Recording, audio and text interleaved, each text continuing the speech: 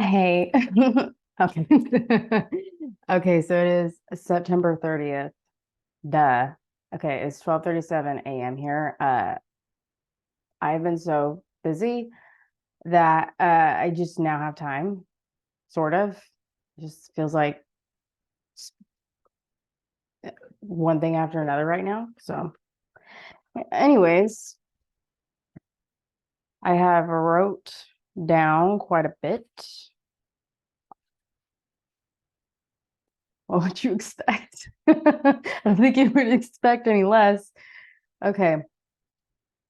Ooh.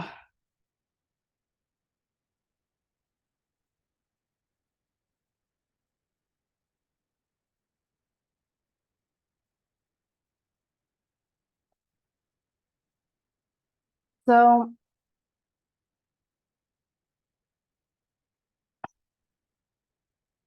So I don't know if any of you guys actually do like affirmations because I know everybody's different. They do different things. Some people aren't not into that, don't like it. That's fine. You don't have to take anything that I say or that I don't like. You don't have to believe it. You already know this. Um, you would think I'd have my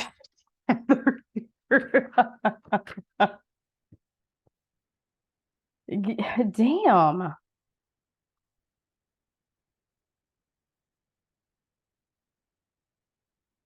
Okay, so first I'm just going to go through the affirmations because I know right now there's a lot of people that are having these issues right now, or just the people that I'm connecting with. Um, I feel like are having these issues because I'm feeling it. So maybe not everyone.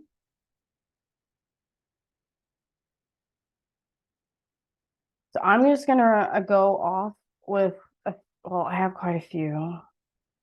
So if you want to write them down, you may have some of these in here, but or like yeah. So yeah, so if you want to write them down, you're free to write them down. You don't have to, you don't, you know, you don't want to, you don't have to, whatever. You can skip over this if you don't hear it. It's fine. It's not hurt my feelings. I get it. But I'm just gonna say this really has worked for me, like going through the beginning, because I when I first started doing affirmations, it felt really uncomfortable. Especially like if I did it in front of the mirror, it felt really uncomfortable. And then it got a lot easier. And especially since I have health issues or have had health issues, I've actually like my health has actually been better than it's been in 15 years. So uh which it sounds crazy, but it's not okay. Anyways, doing these affirmations, I feel like have actually helped my health.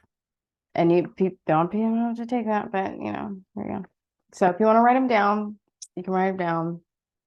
You don't have to. Just go over you don't want, don't want to hear it. So, and it's also other. I'm just gonna do it. Damn, what is going? Oh God. Well, okay. No. Where's my? Mm-mm. Hold on. Mm-mm.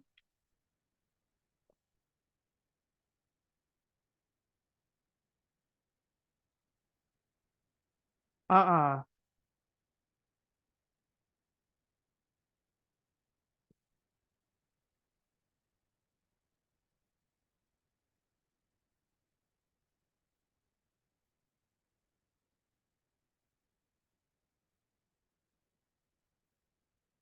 Huh.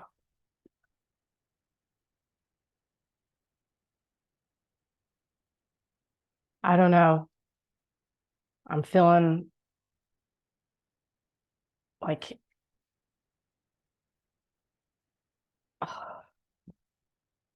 this is like heavy. some heavy shit going on right now.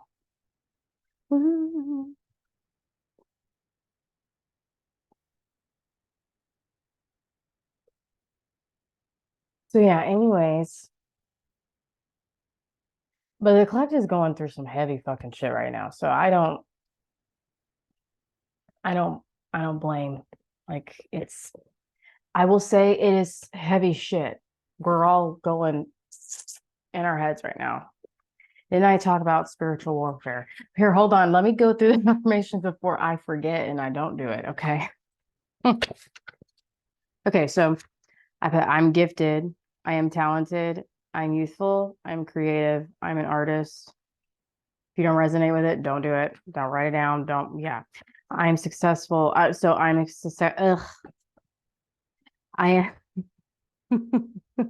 I'm a successful creator and artist. I heal my body. I love my body. My body loves me. I deserve to feel safe and secure and comfortable in my body. I accept my body shape and size. I am grateful for my body. I accept the experience of being a woman. If you're a man, you can put man or whatever you want to put. I am confident in my sexuality. My body is youthful. My body is a sacred temple. My body deserves love. My body is full of positive energy. Each organ and system of my body is working optimally. My body is forever young. My body is forever healthy and attractive. My hormones are balanced. I love moving my body. I love my body and appreciate it taking care of me. I am grateful for my strong and healthy body. I'm grateful for all the progress I have made. I attract a healthy, healed body. I'm a priority.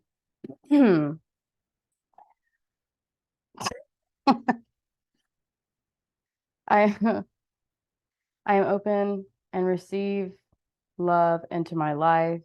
I'm worthy of love. I deserve love. I deserve fulfilling, healthy relationships. I'm attracting, trusting, and loving relationships. My heart is open to giving and receiving love. My partner and I communicate healthy and effectively. And that's just like just saying, like, even when you get a partner in the future, you want to, or you can put whatever you want with that. Yeah. Anyways, I feel safe and secure in my relationship. I'm so grateful for the people in my life. I let go of the negative feelings about myself and accept all that is good. I am active and alive. I live in the present and trust in the future. All of my problems have solutions. I conquer every obstacle to create my dream life. I am open to new and beautiful changes. Life is bringing me beautiful experiences. I trust myself and my feelings. I have the power to let things go. I have the power to let people go. Or you can say I have the power to let negative mindsets go. I have the power to let toxic patterns go. I have the power to let toxic behaviors go. Whatever, whatever comes to your mind. I love and accept myself for who I am. My words and ideas are important and valuable. I believe in myself and my abilities. I can choose the kind of life I want to have. I have everything I need to succeed. I abandon my old habits and embrace new ones. That one I love. I can overcome my greatest fears. I love that one too. Yes, I have quite a bit. Okay. I just have a few more. I am not my failures or mistakes. I am not impacted by the judgment of others. I really like that one too. I define who I am. I decide what I do. I am in control of my life and my feelings. I am enough. I can achieve what I have dreamt for myself. I like that one. I am stronger and harder than all the challenges and hurdles lying in my way. I am the best source of motivation. I love that one too. I am capable of achieving greatness. I am grateful for the abundance that I have and the abundance on its way, or that's on its way. I let go of old negative beliefs that have stood in the way of my success and happiness. I am surrounded by positive, supportive people who believe in me. This is my favorite one right here. I stay focused on my vision and pursue my daily work with passion. I love myself unconditionally. I love the person I am becoming. I'm worthy, wonderful, and wise. My body, mind, and spirit are powerful and profound. So if you liked any of those, you can use those. I just had to write down like some of my favorite ones, and this is something we'll be talking about later. So,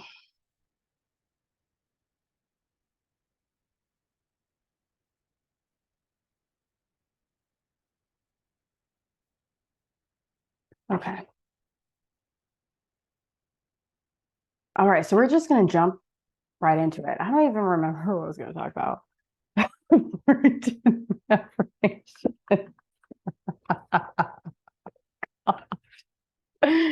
That's a just, oh, it'll probably come back to me, maybe, but maybe not.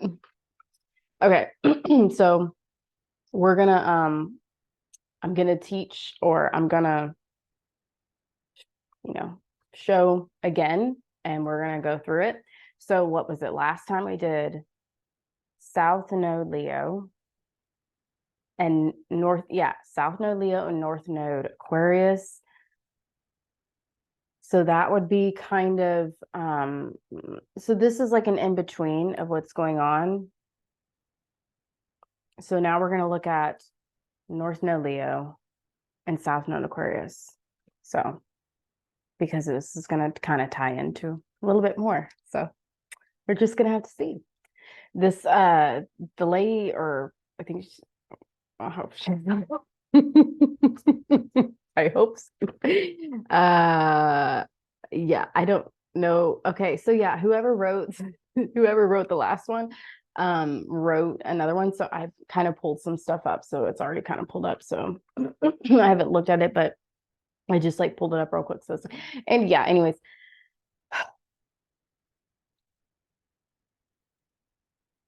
I'll stop talking. Sometimes I get really, you know. Okay, so yeah, Leo North Node, Aquarius South Node. Okay. God.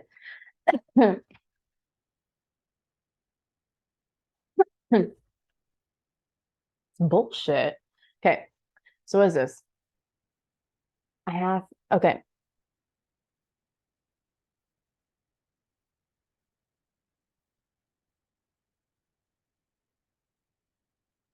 Hold on, let's see if, okay, so one thing I've noticed about Leo North Node people is that they have a certain reluctance to get into romantic relationships and a complete commitment to relationships once they get into them. They also tend to date people who are very different from themselves, whether that is by generation or location or language. Yeah, I agree with that.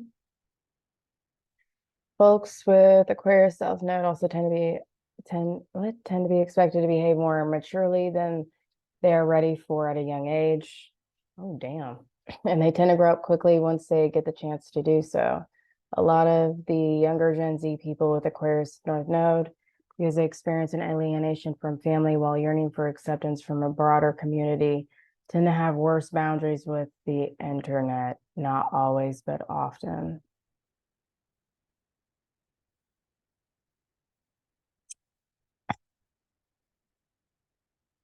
The older Gen X folks with Aquarius South Node tend to play a huge role in the IRL communities, get quickly exhausted by playing a strong leadership role. And then tend to move places a lot because they can start to feel trapped by their location and commitment to the local community.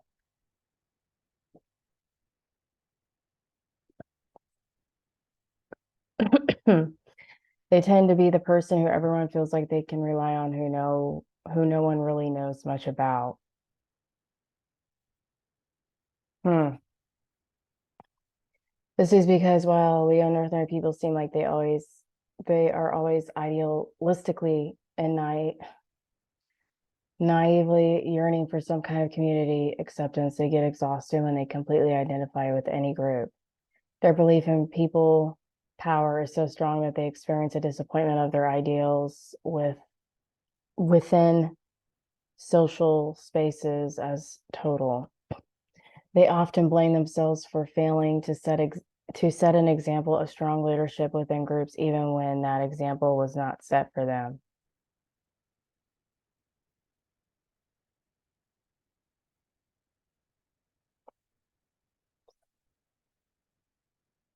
The smoke is coming right over here.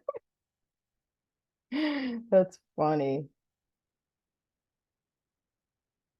Damn. Okay. Where was I? Oh, it is hard for Leo, North Node, Aquarius, South Node people to share their voice and talent with the world. They tend to believe that things have to be perfect before they can take something that they made and show it to people.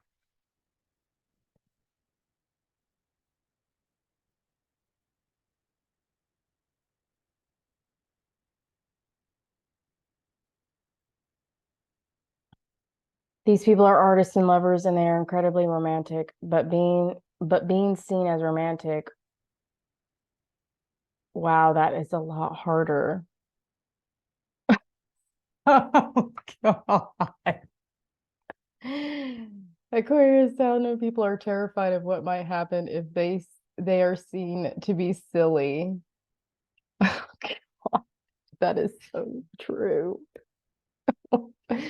Assumptions, okay.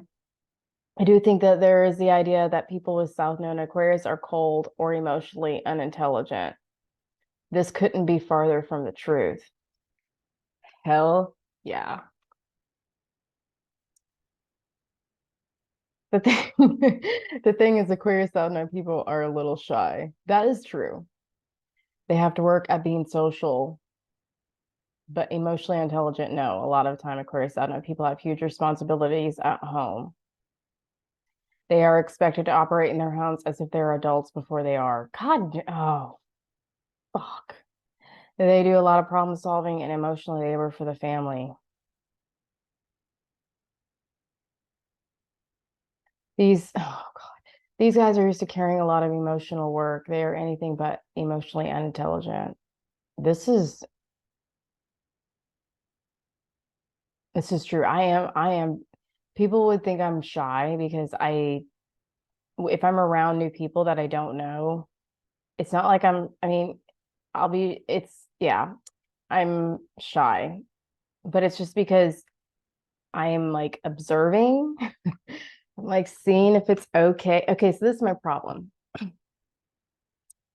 I'll see if it's okay for me to like be more of myself around new people. If someone else is like makes the move first to not make me like to give me that, oh, it's okay that I can like step out a little more. And then I need to learn to like just not give a fuck.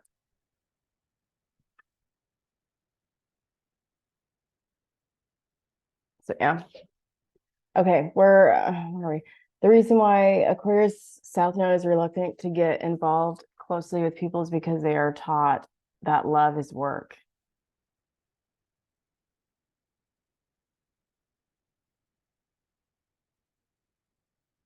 Oh, oh man. This is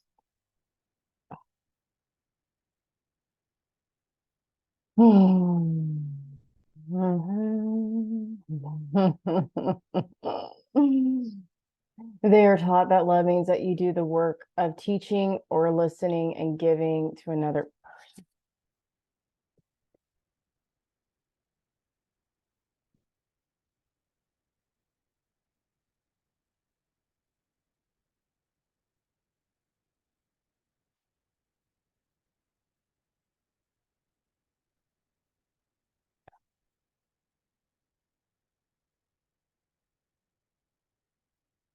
The other The other assumption that I see about North Node and Leo is the idea that romantic relationships will either always be very hard for them or save them. God.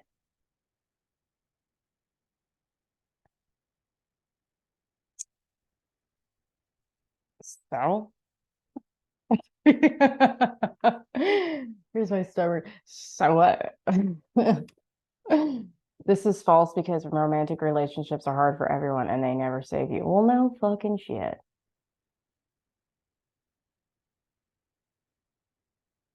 I can still hope though, right? This comes from the conflation of Leo with heart matters and romantic love. Fuck.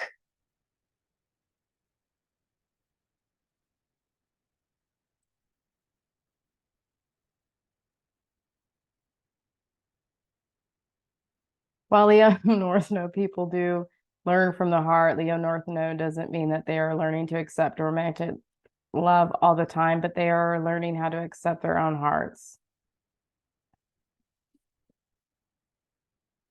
Oh God. No. Mm-mm. No. Triggered. I see security issues, money, triggered. No, thank you. Aquarius South Node people people feel very alienated from other people. That's fucking true. This alienation can be around family, their peers, or from past versions of their own identities. Oh God.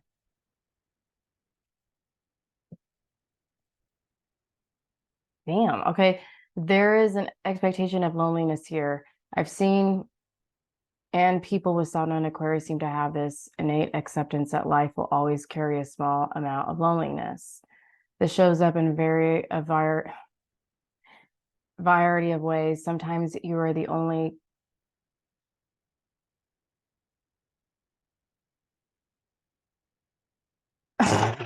I'm not saying that. Yeah. Anyways, other times you're the girl who is not like other girls. Damn. Damn. Make that the fucking truth. Maybe you're the only person of your race in your school. Maybe you experienced painful betrayal by a parent and learned alienation as a defense mechanism. Yeah, we're dissociating, like majorly dissociating. Okay. However, this shows that Aquarius South Node often feels like they are living in a world without the language to describe them. Yeah. They feel like they have given up on being accepted before they have tried. Damn.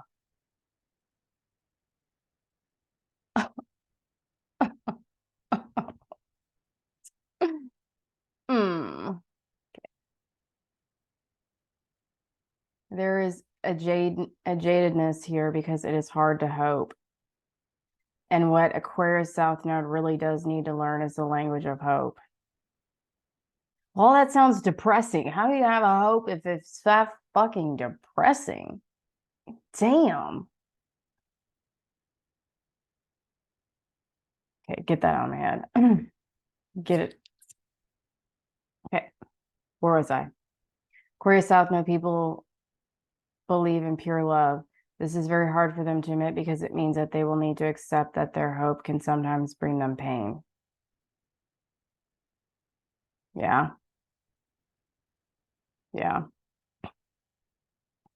What sometimes happens, though not all the time, is that the acceptance that no one will ever understand them can lead people who have Aquarius South Node to stay in situations or groups where they are not understood and where their needs are not being reciprocated.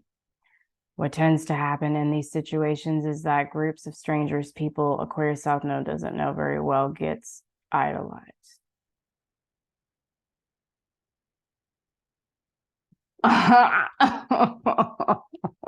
No.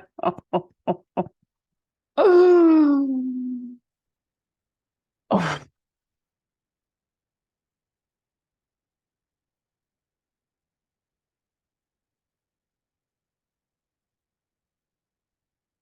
Mm,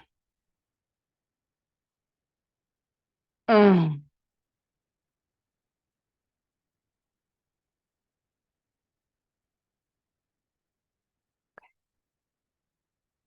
It is safe.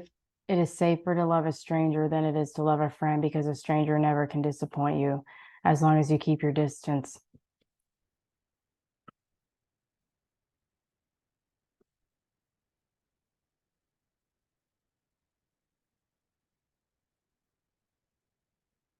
I'm getting roasted as fuck.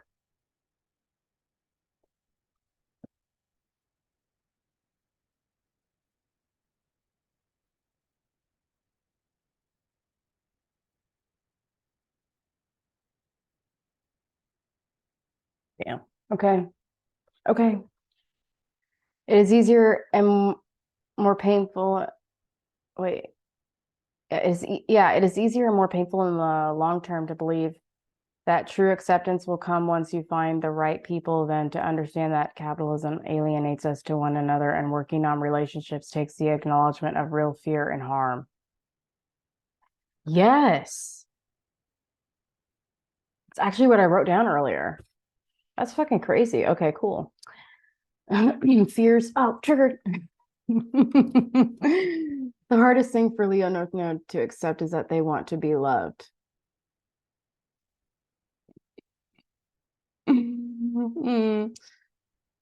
That they deserve to want love and that wanting love does not make them less impenetrable. Love is a hard thing. Love is a want, not a need. I'd agree to you are not entitled to love from any specific person, but you are entitled to the wanting of love because you are alive. Yeah. Because the receiving of love is not an entitlement, but the yearning of it is. Love can be deeply painful. Yeah, but then you can also say it can be deeply like fucking amazing as well. I think this person is a South Node, Leo. No, no. I think this person's a North Node, Leo, and South Node Aquarius that wrote this. That's funny. It is also possible to go through the motions of love with someone who doesn't accept you. Hold on. It's possible to go through the motions of love with someone who doesn't accept you. Damn. It can sometimes it can seem easier to do so, even if it doesn't get easier in the long run. Sometimes refusing to claim the desire for love can make Leo North Node people stay where that desire is unwelcome.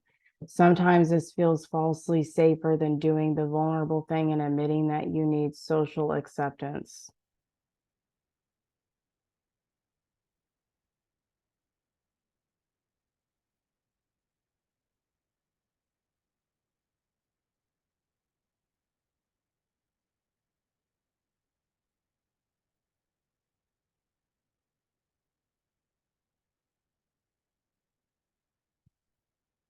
Oh my gosh. Okay. Where are we now? Um, Recognizing the right to need love is also different from the right to claim love from any specific person. This is why love is sometimes thought of as a need and other times as a want. It is not fair to be entitled to any one person's love. Leo North Node thinks to itself. That's why they should do the right thing and just never want anything from anyone. It's the right thing to do. Yeah, I agree to disagree. I agree. This isn't true. While you can't claim love where it is not given, you still have a right to desire love and to desire something that you can't control. Sometimes that can only be given generously or not at all. That's not a bad thing. Wanting love is a sign of strength and hope. I do like that. It is not a lack or a wound, but a hole. Okay. Yeah. Aquarius South Node, Leo North Node people must learn that they can too become silly people. They have they have to learn that the versions of yeah, they have to learn that the versions of adulthood that they tried to emulate growing up are not the only types of adulthood available. They have to accept that they too were children once and that they did things and wanted things that only that only children can want. Not everything is your fault. Reclaiming responsibility over something can be a cope.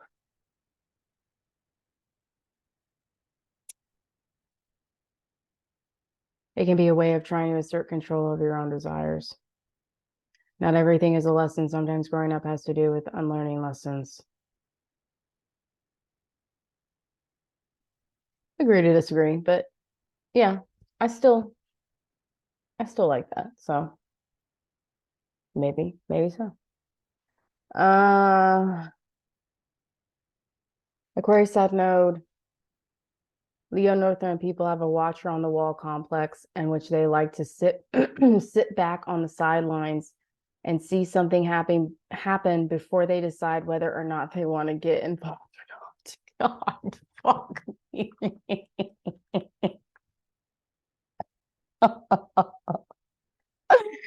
Oh. Fuck. Okay.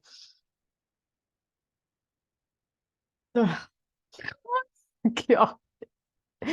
They watch their crushes trying to gauge whether or not they will get hurt before they get involved.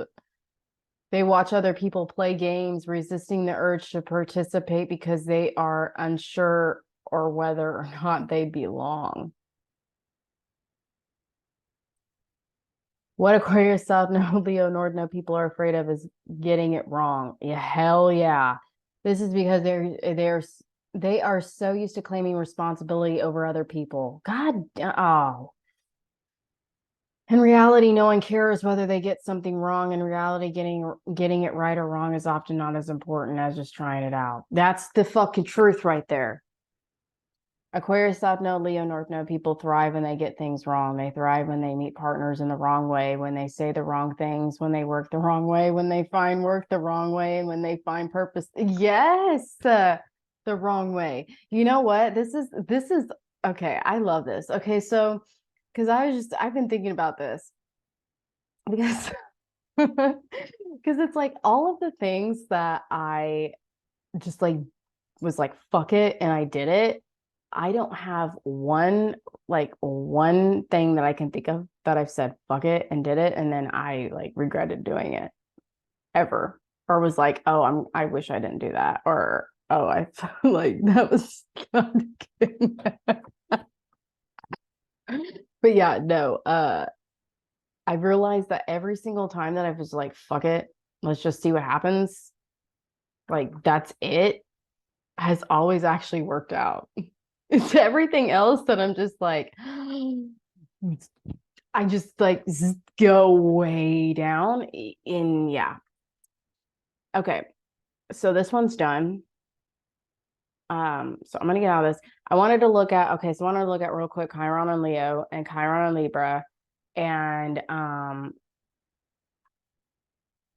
quite a bit. So yeah, anyways, because I have Chiron in my chart, I have Chiron and Leo in this third house, so communication. Wait, no, I'm sorry. Chiron in the second house, which that would be like materials, self-esteem. Um anyways, okay, let's look it up. And yeah, I don't know even know what I haven't I don't even know who this is, honestly. So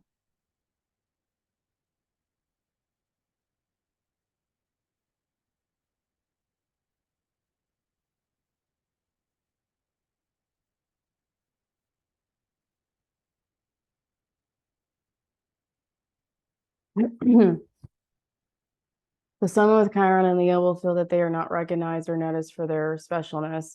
They might feel like they fade into the background. In some cases, this person might actually feel disliked, but they can also just feel ignored or unnoticed. They will feel that they are not talented enough, not noticed for their talent, or are generally unremarkable.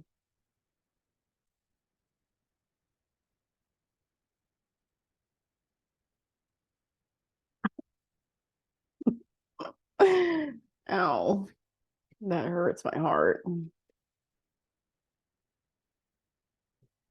No, I don't want to sign up.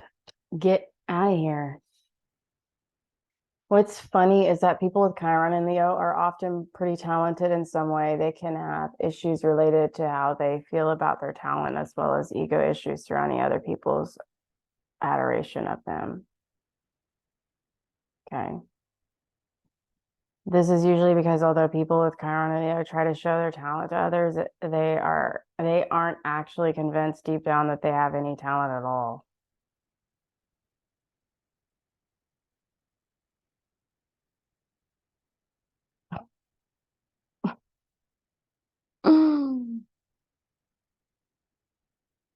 At its core, Chiron creates a fear of joining in without a talent or reason.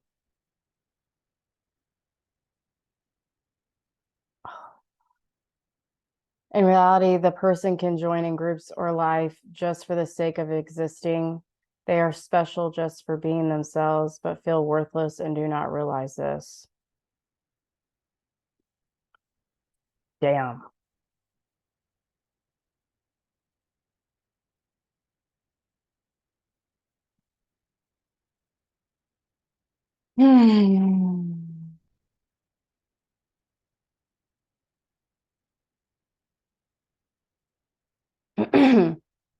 In one case, the person with Chiron and Leo may try their hardest to be recognized, respected, or loved. They may try to get appreciation or attention and often attempt to be famous in some manner.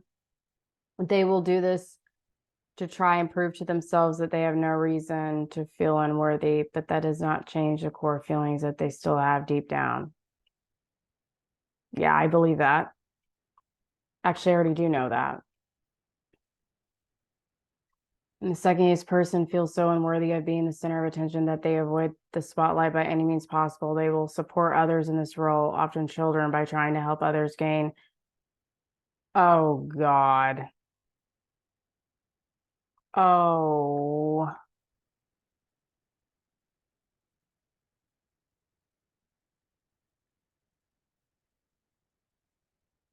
That's why, like, with every person that has gone somewhere or is going somewhere, I would be like, they're going somewhere. And then they would always get signed, or they would go get like an agent, or they go get that. And then it's like, damn,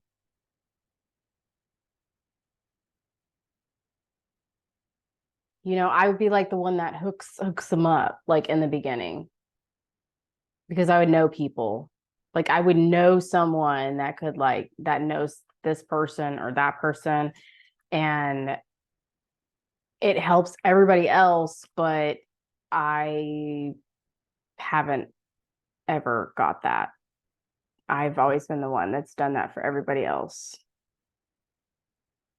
Damn.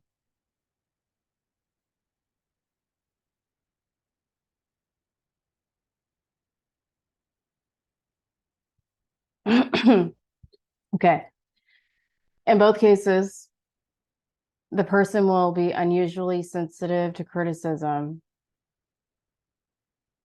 This insecurity can cause them to read into a situation and feel that they have been criticized when it isn't true. Yes. They have a strong fear of rejection stemming from their own feelings of worthlessness. Both types of Chiron Leo people also feel that they need to prove their worth through their talents or their talent of others.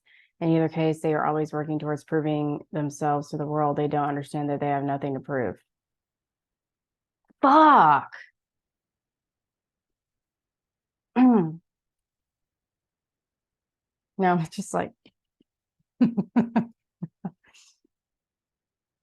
banging. Look at the house I was facing.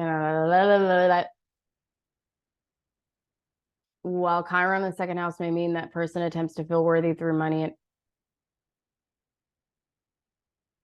oh, oh, oh. No, no, no, no, no, no. This is bullshit. This is bullshit.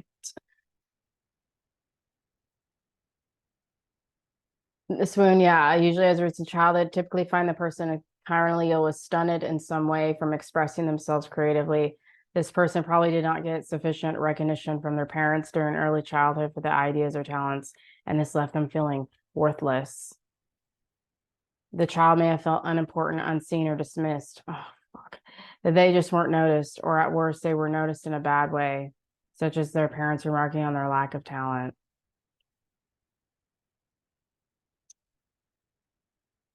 Fuck.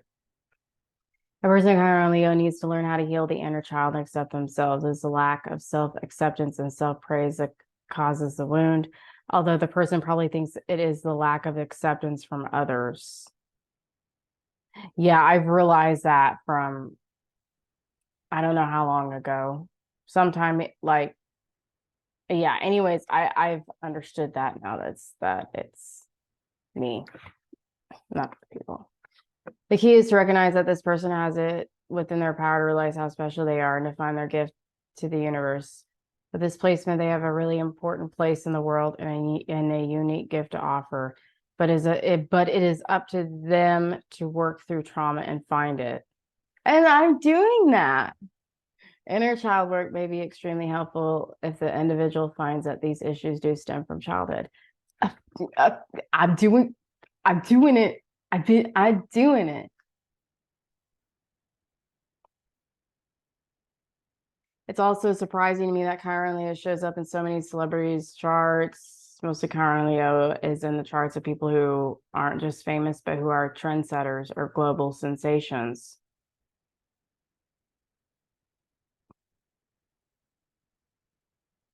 Right. Fucking knew it. The whole issue behind Chiron and Leo is not being seen or feeling unnoticed, but I can only assume that this is the driver for these folks to work towards fame. Alternatively, they might be child stars or born in a famous family, but feel that they aren't seen for their true self. Okay, so yeah, Ariana Grande, Selena Gomez. You know what's funny is like whenever I was in high school, I don't know how old I was, but either way, from like high school till I don't know how long, maybe in my like early 20s. Um, everybody would call me Selena Gomez. So I look like Selena Gomez. Like I like almost identical as like Selena Gomez back, but that was back in high school. Like that was when I guess me and her like almost exactly alike. Anyways, okay, let's go to Chiron Libra. I don't like these. Get out of here. No, I don't want diapers. Get out. Maybe someone needs diapers.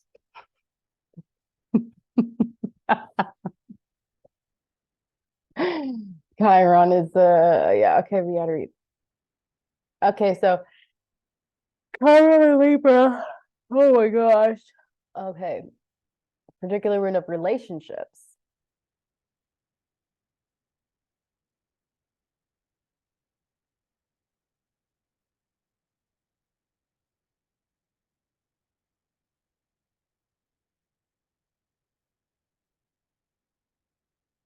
The Chiron and Libra rune is especially difficult because it's all about relationships, something we deal with almost every day. Okay. Chiron and Libra means that you feel like there is something missing from your life. Usually this is something is your soulmate.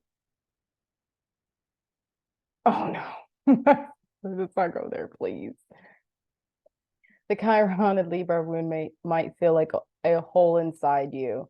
You may spend time trying to fill it with things from the outside world. You might also feel as though the world is just a bit off balance at all times.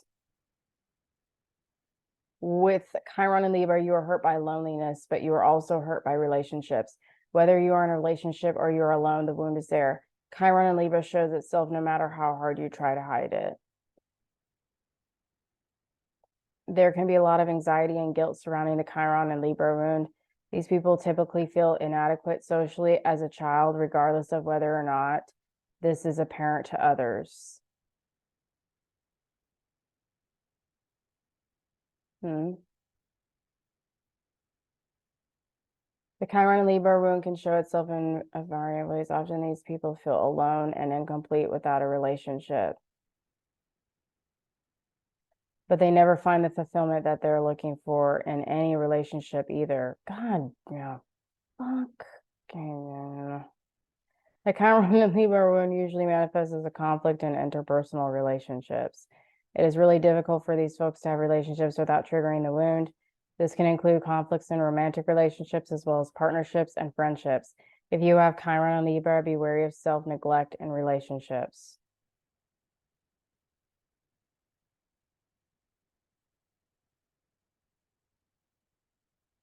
Most most relationships for the Chiron Libra person will be karmic.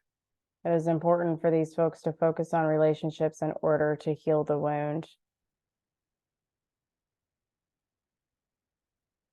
But this spotlight must have the intention of learning and working on ways to approach relationships that are more authentic. It's not abnormal for the Chiron and Libra person to wear a mask in a relationship. It might be really hard for them to show their true self to their partner for fear of losing the relationship. The terror of being alone makes it hard for a Chiron and Libra person to get out of a relationship. Even if it becomes unhealthy, it's not uncommon for these relationships to have some sort of abuse involved in them. God damn. Mainly because the Chiron and Libra person is passive and malleable, so they are really a prime target.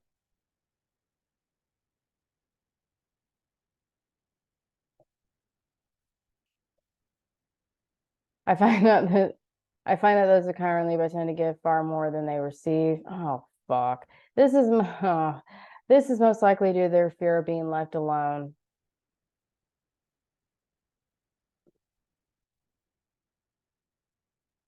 Yeah. Yep. That's what I've learned. There are definitely people pleaser tendencies with this placement. They are the classic conflict avoidant individuals. God.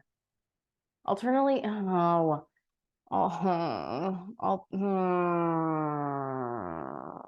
ouch. Okay. The Chiron Libra individual can be so afraid of being alone that they refuse to engage in relationships at all. I don't see this outcome as much, but is certainly a possibility. These people are often able to give others relationship advice that they can't follow themselves. Oh, fuck.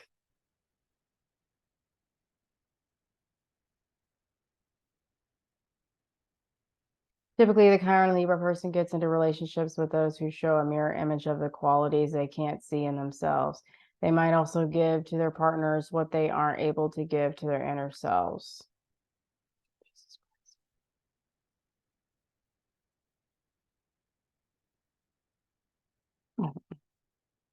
No, thank you. No, thank you.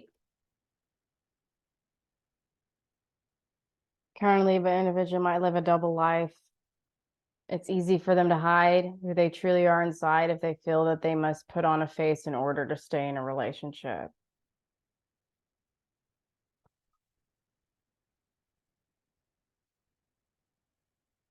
Okay, sometimes these people will do this. Oh,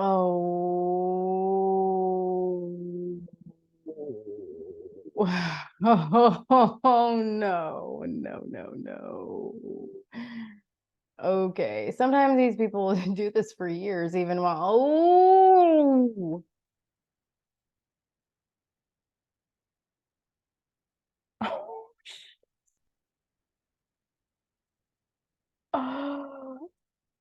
oh, even while living with a partner. Oh, uh-uh.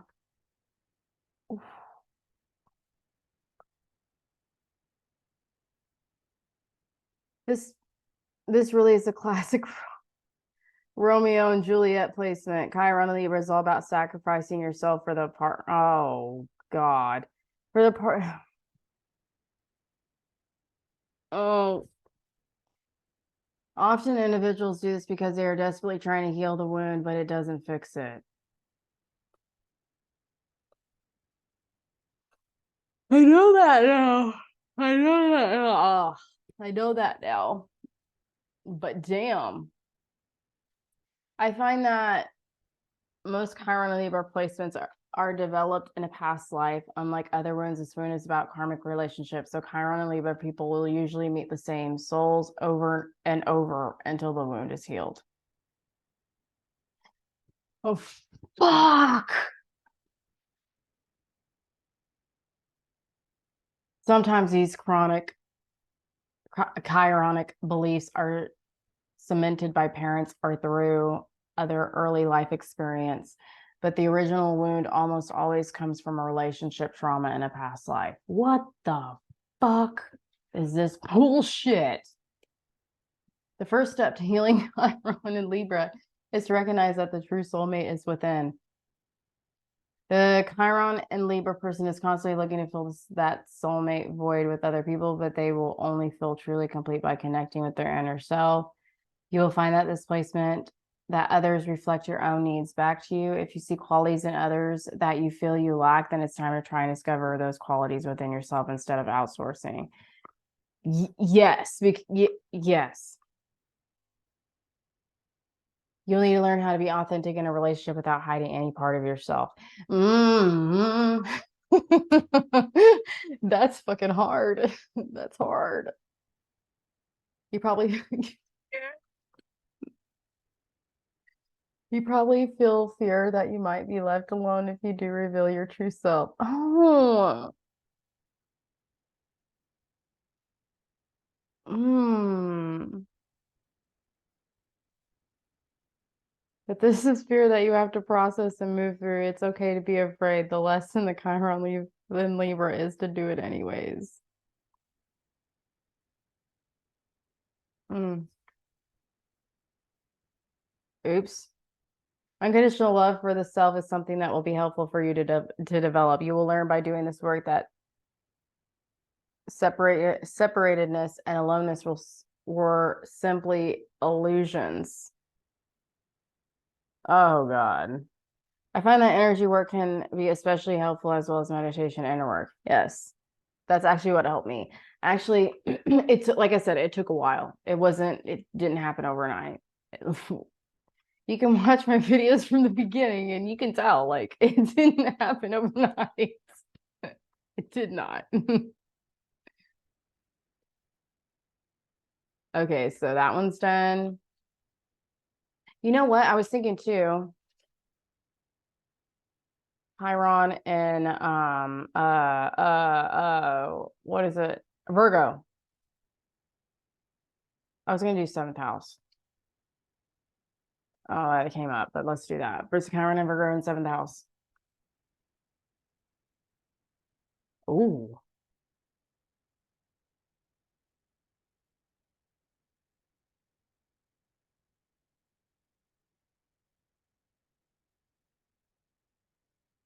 Being too picky or critical could cause disappointment. Fuck.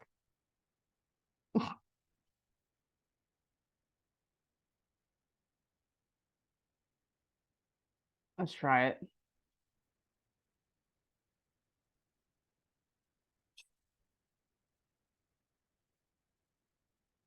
Go away.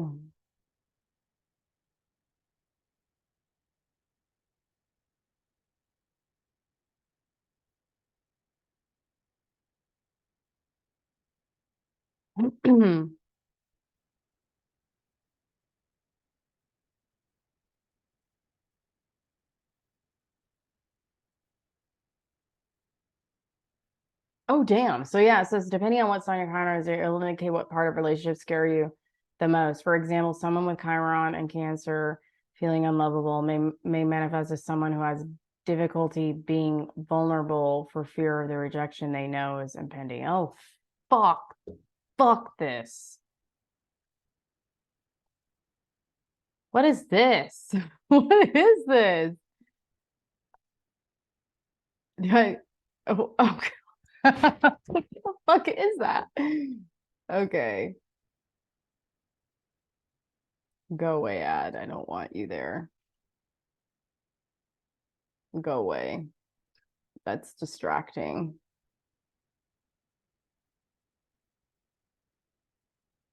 Yeah, when we experience this and makes us more sensitive or cautious and early, we may discover that we hold on to our loved ones very tightly during this time, particularly too tightly. And there can be openings for tension, accusations, or arguments.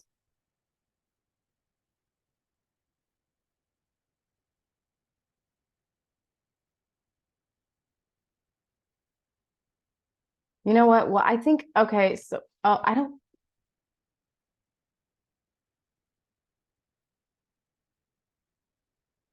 what is it? Chiron in the sixth house. Now let's go Chiron in the sixth house here. Sixth house. More likely to very deeply related to profession, relationships, coworkers, even pets.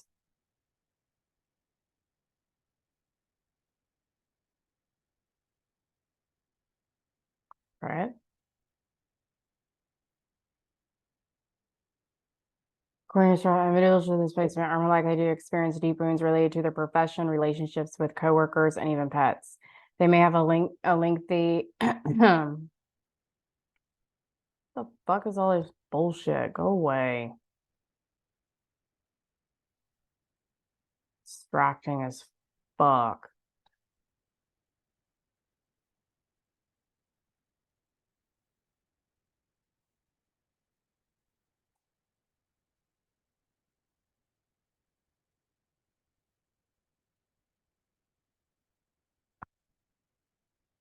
Where am I?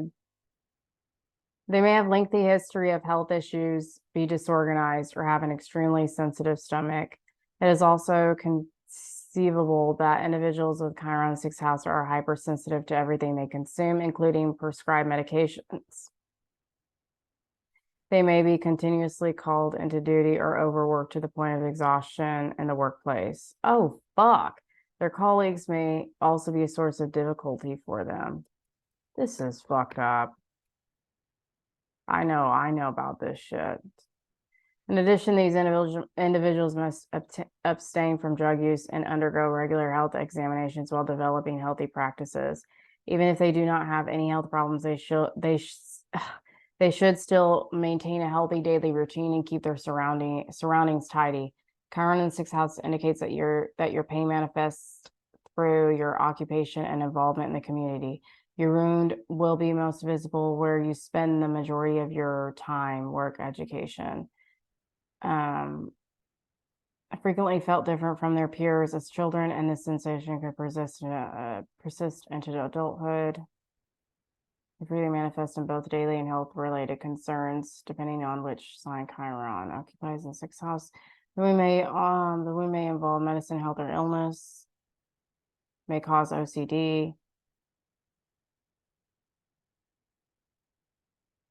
You must learn to unconditionally embrace yourself in the majority of the cases.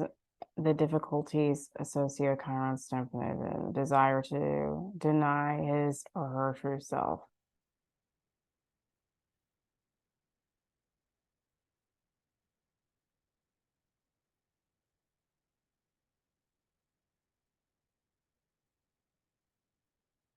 Oh, fuck.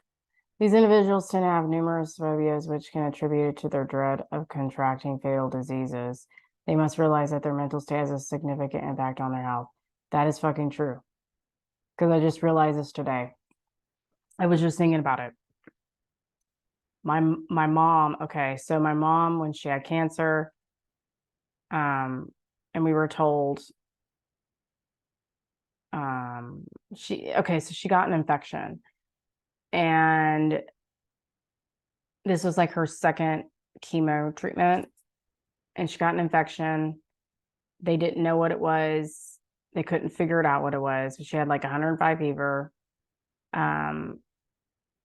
She was like delusional and like not. The doctor called my dad and he's like, yeah, you need to come down here because like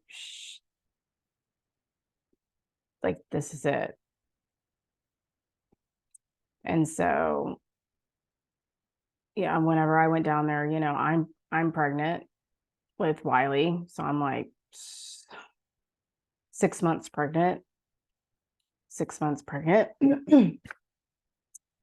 And that was the first time I saw my mom with no hair. So that fucked me up.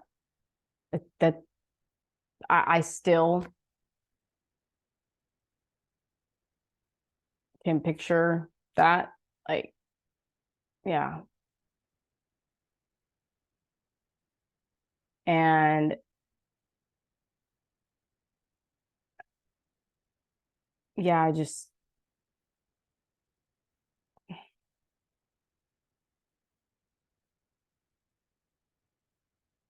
I let's do this. Let's make this bigger. So yeah, anyways, I I know what it's like to be like to deal with health issues because I don't know who I'm talking about that has health issues or deals with health issues, but um I have had issues with health, like I said, since I was 14. Started like 14 up until 2021, like kind of at the end of 2021. And I mean, I'm still doing stuff with my health. That's just what it is. Like I always have to like be mindful of what I'm doing because I can either like go too far, like overindulge, or I can like not give myself anything. And it's like a balance because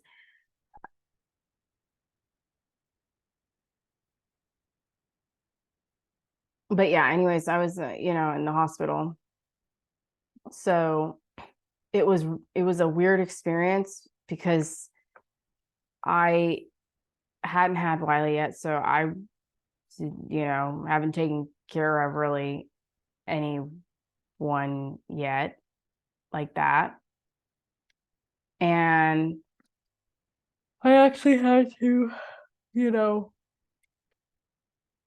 actually had to do that for my mom.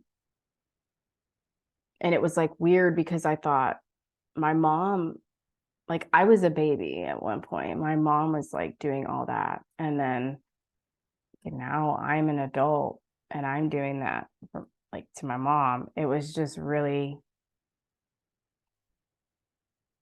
I mean, it was sad. I mean,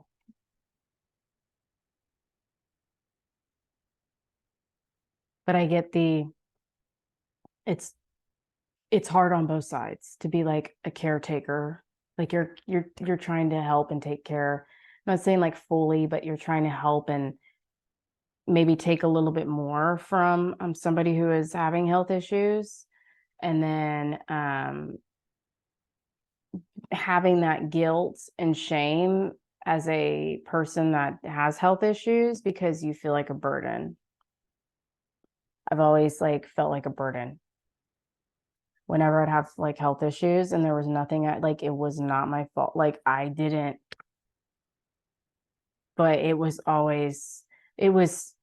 what I felt was then projected back to me from everybody else. And it would just be like, you know,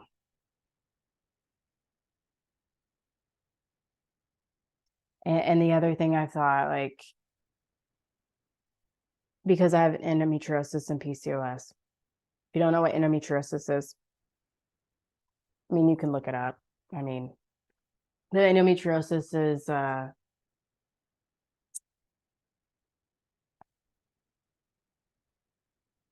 invisible invisible disease. So it's, you know, invisible. So it's PCOS. And guess how I felt my whole life? Invisible.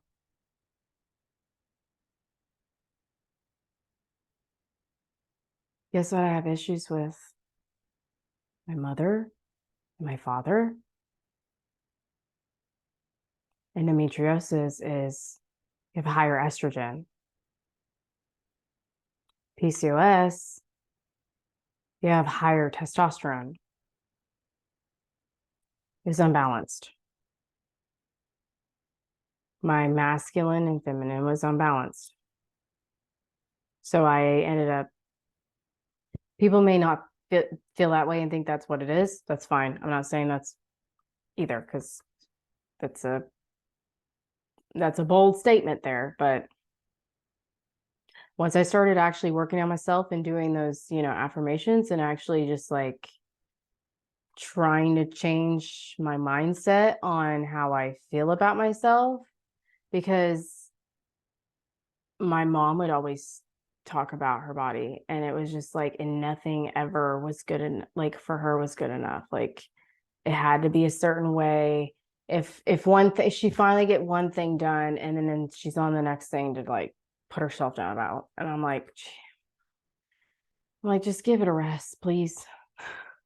But then it's like it's projecting back on me, you know. So, and then I've been doing that my whole life, anyways, worrying about how I look, and especially it was hard. It really okay. I didn't really have body issues or body changes really until I was in my mid 20s, and uh, it wasn't until I got pregnant and had Wiley, because he was such a freaking huge baby, and I'm 5'3", and this there's just like you like 9 pound like a baby, and I didn't even know get a 9 pound baby. And so my body is not the same as it was before Wiley, and it really messed with me, because I had thought about like getting surgery, because I was like, I don't like it. But then after I had sepsis and almost died from surgery, I was like, do I really want to risk my life just to get surgery because it'll make me feel better, because I would look better? For who though? I mean,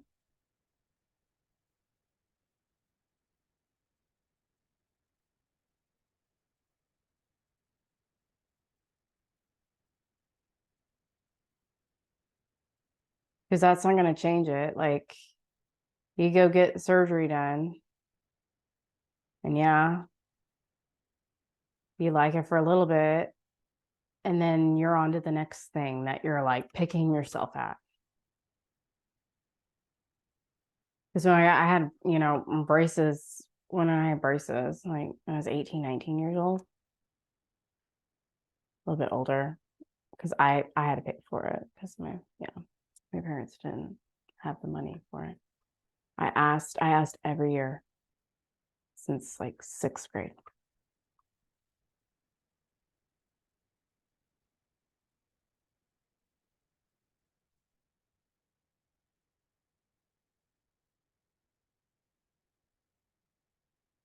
But yeah, once I finally got my braces off, I was like, oh my God, yeah, great. Da, da, da. And then I was just like, oh,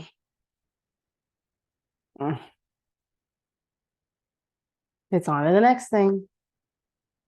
But yeah, that's it. I mean, really, that's like, it's just masking it. Like, it depends. I mean, there's some things I guess, you know, you'd feel better about maybe, but I'm thinking about it now and it really wasn't that big of a deal. But I think that's the hardest thing for like women,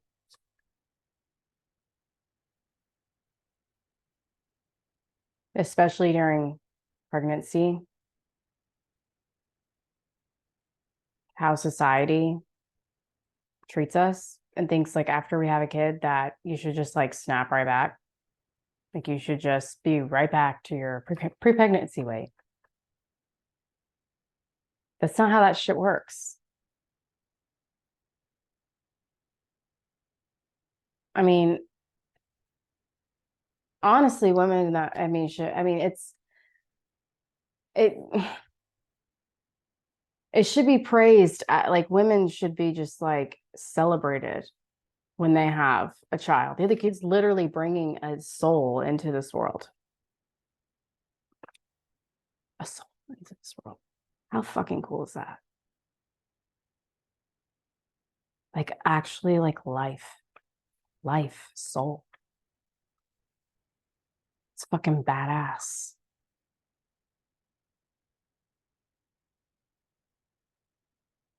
It's hard work, yeah. But what isn't?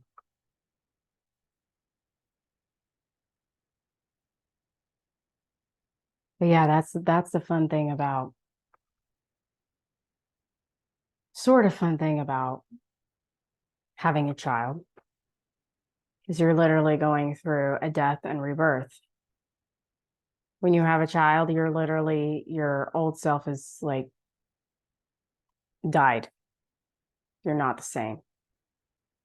And literally like science, you're like women neurological nerves change every time they have a child. So every time you or if you have a child, you it's a cool thing. You are dying, becoming somebody new, and then you're also having a like birth of a new soul coming out. Isn't that fucking awesome? Like, and then you got to do the transformation of the same thing because even after that, with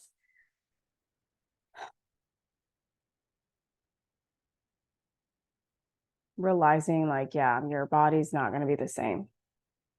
And some women, they're very fortunate, but society doesn't talk about like 80% of women, they that doesn't happen. Doesn't happen. And it's kind of sick that they want us back like quick.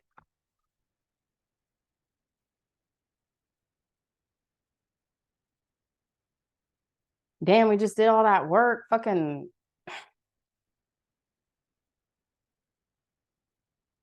yeah. But anyways, I don't even know where I was even going with this, but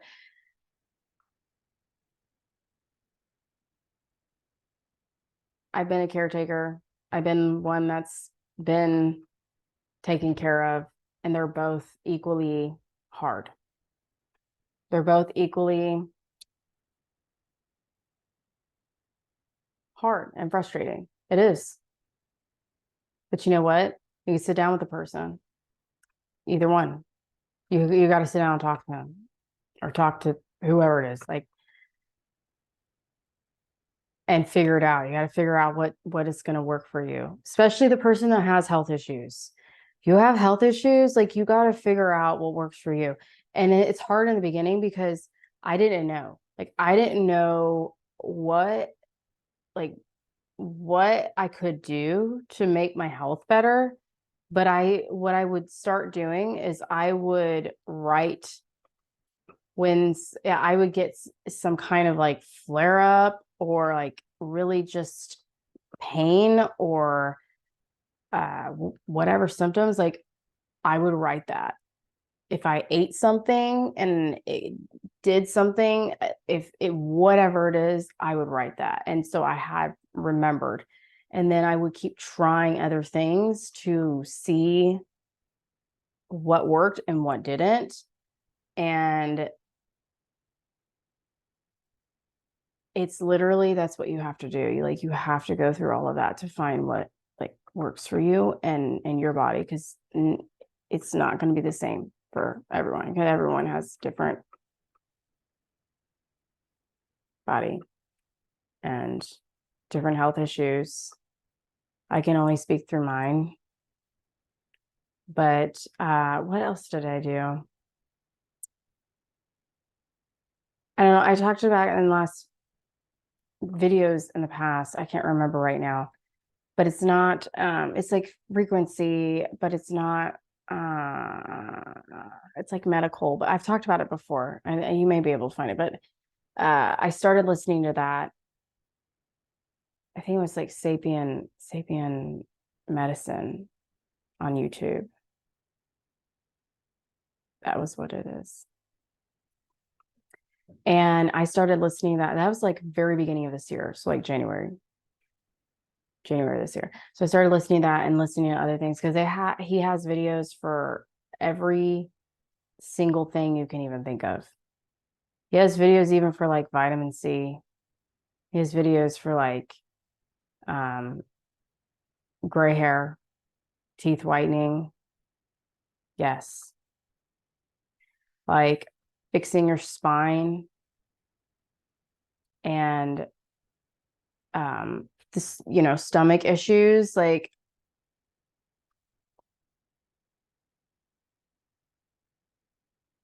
this may be too much information. Like I'm just gonna say though, I have had really painful cycles, like as a woman, ever since I've started when I was 14, and they would continue to progress and get worse, like extremely painful. They were actually more painful than the contraction that I had in labor. There have been times where I would lay in bed and I could not talk because the cramps were that bad, that bad.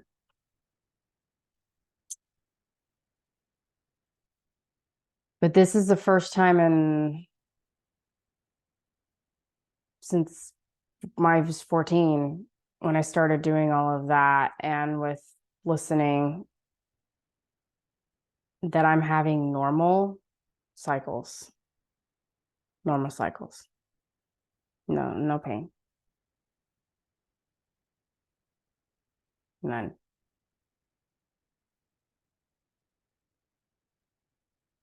My back isn't even hurting.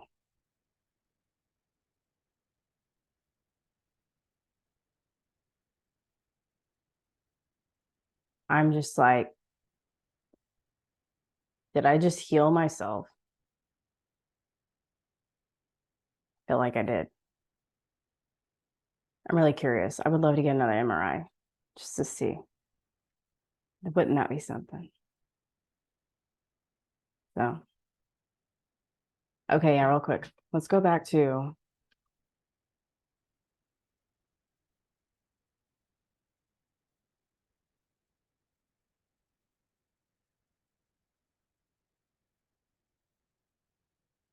I hear my child crying. Hold on.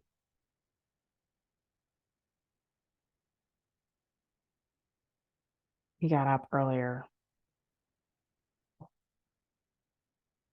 He got up earlier. He already got up like 2 hours ago.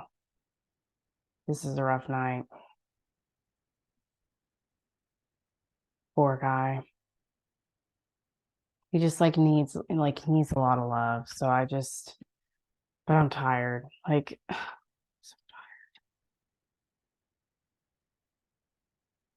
it's like the best thing, but it's like it is tired. I'm tired. I am tired. Okay.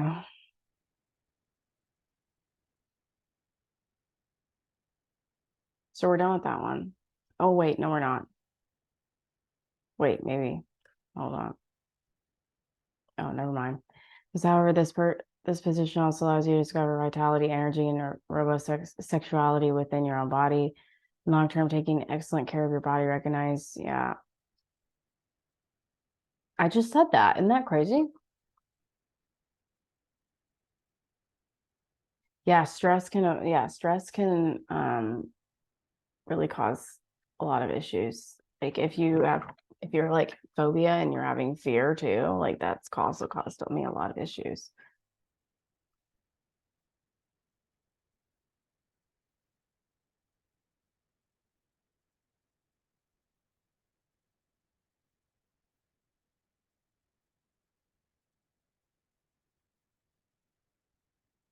Ah,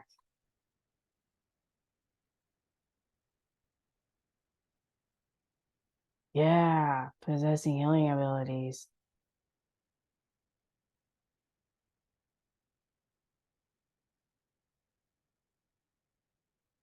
Yeah, that's true. However, the healing power of Chiron typically arrives after these individuals have endured significant suffering from their severe illnesses. This may be due to their karmic debts from past incarnations, so they must endure physical or mental suffering. Okay. Damn, what did I do? Fuck. I must have done something. An expert at cooking?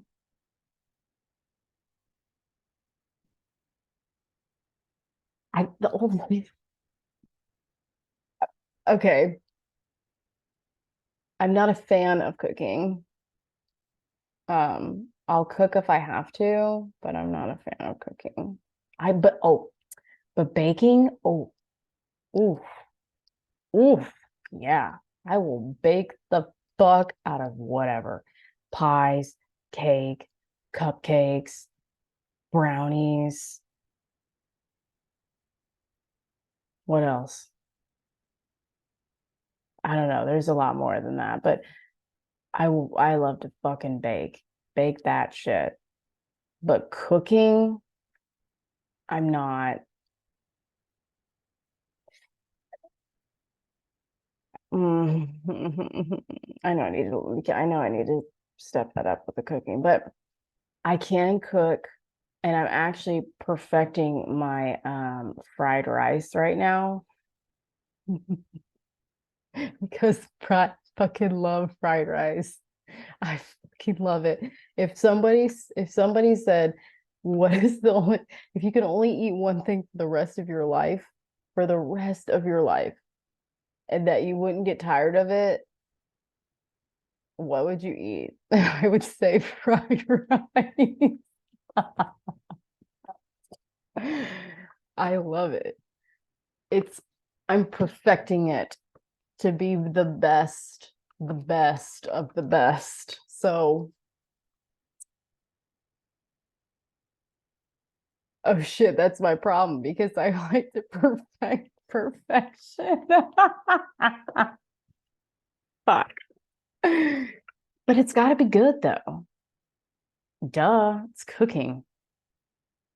And I'm a Taurus moon. That's what it is. I love food. That's got to taste good. Like the texture and the taste and the feeling and then the emotions with it and then just all of it together. Mm, that's okay. Where are we now?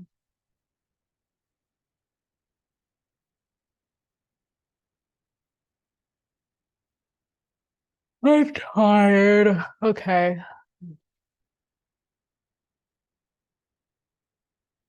I'm just seeing if there's anything I see like beneficial.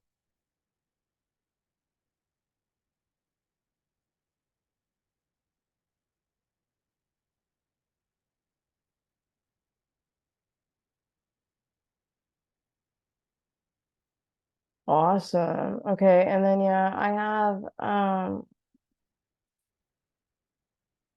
so North Node Square, Natal Sun. So friction in your life now is challenging to step up to the plate. You may have been avoiding living up to your full potential out of fear of being judged or of disappointing others. Yeah. Perhaps you are playing small to stay in good favor with friends and family. Motherfucker. You may also be worried that fully pursuing your purpose will propel you into a world of dull responsibility. Ooh. You may also bury yourself in work that keeps you busy but distracts you from your larger calling. Roadblocks remind you that there is more in store for you than what you have settled for. You may get into power struggles or have crisis of confidence as you attempt to sidestep your mission or avoid important wait, what? Or avoid important lessons. Uh, this is bullshit. But these are delay tactics, and sooner or later you will open up to your true brilliance and strength. Did you fuck off? Damn it. Okay. And then I had power struggles here because there's been with relationships and power struggles. So this has been going on in my life, all my life. Okay. So I just that.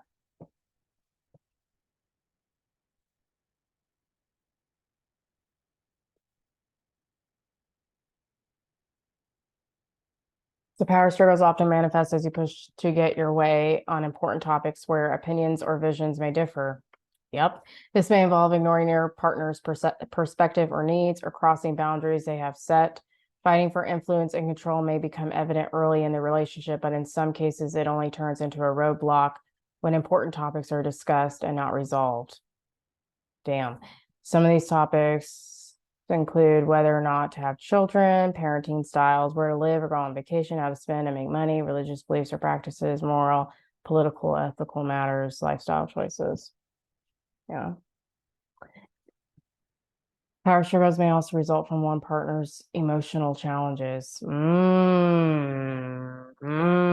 Okay. Insecure attachment styles, for example, may lead someone to resign to their influence in important matters out of fear of abandonment or rejection. Fuck.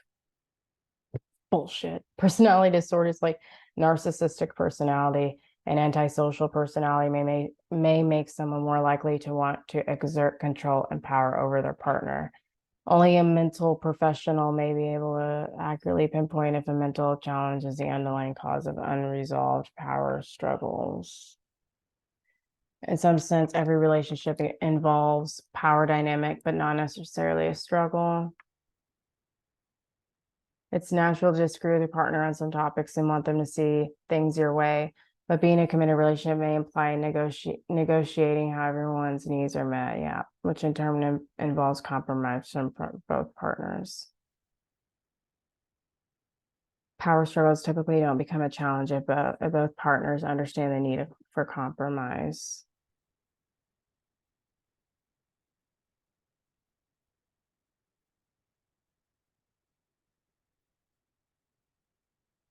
Okay. Signs of power struggles. Um,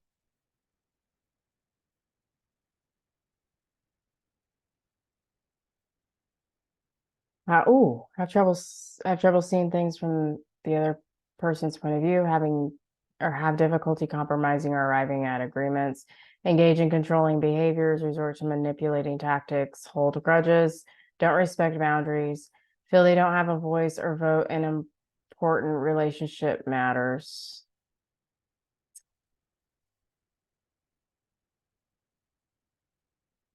Engage in vindictive behaviors when they don't get their way. Play the victim when discussing important challenges. Oh, yeah, that one's a big one.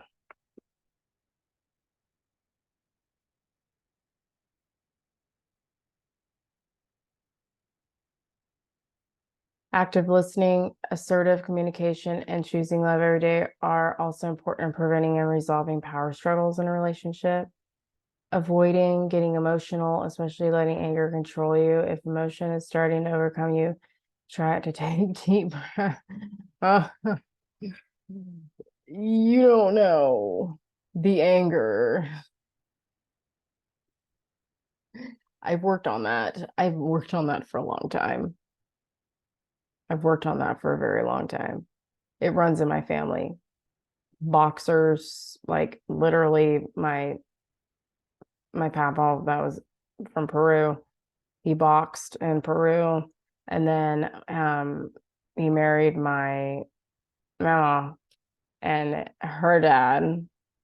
So that was maybe my great grandpa was also like a boxer, but he actually then trained people to fight. And then there was on the my dad's side, they've got that too. And then my son Wolf has Mars and Aries, and with Chiron and Aries. That boy, right now, he's watching martial arts and he wants a sword. Like he is now into, he watches martial arts. He wants to like do all of that. And I already knew like he's going towards that way, but that's fine. I don't have a problem with that. Like if whatever he wants to do, I'm gonna let him do it. Like I'm not, I think that's badass. Just gonna say, I think that's badass. Because honestly, I would love to learn that shit. Like once I can get like back really good after all of this, right?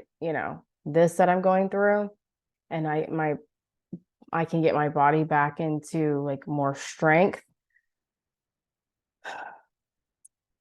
I would love to do that shit. So maybe me and him will do that together. That'd be cool. But yeah, anyways, where were we? Oh, remember that your relationship is built on Kamala. I can't even say that word. Differences.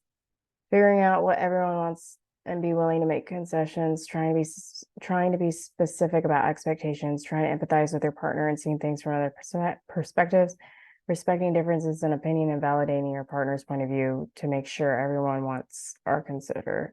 Yeah. I don't know if there's anything else. Ooh. Three common power dynamics in relation to how to resolve. Power dynamics often play an important role in romantic relationships. The most common ones are demand and withdrawal, distancer and pursuer, and fear and shame. Power plays a role in relationships, but it isn't always about dominance and submission. Often it's about roles each partner plays when faced with specific challenge or situation. Power dynamics in a relationship refers to those roles and ways of interacting that influence a partner's behavior. When there's an imbalance of power, it can show up in many forms, including resentment, endless arguments, and emotional distance. Damn. Understanding common power dynamics can help you resolve conflict and create more balanced and emotional secure relationship. No, I don't want to sign up. What it, what it comes down to is all partners want to feel seen and heard. If they can validate and show empathy, this brings healing and balance. Yeah. So many people don't want to do that.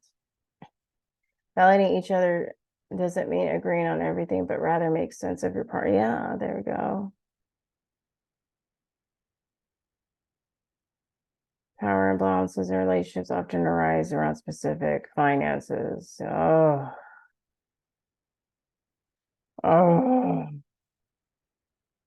sexual intimacy, decision making, duties and responsibilities. Oh, when trying to handle these or other power imbalances, yeah, they already talked about that.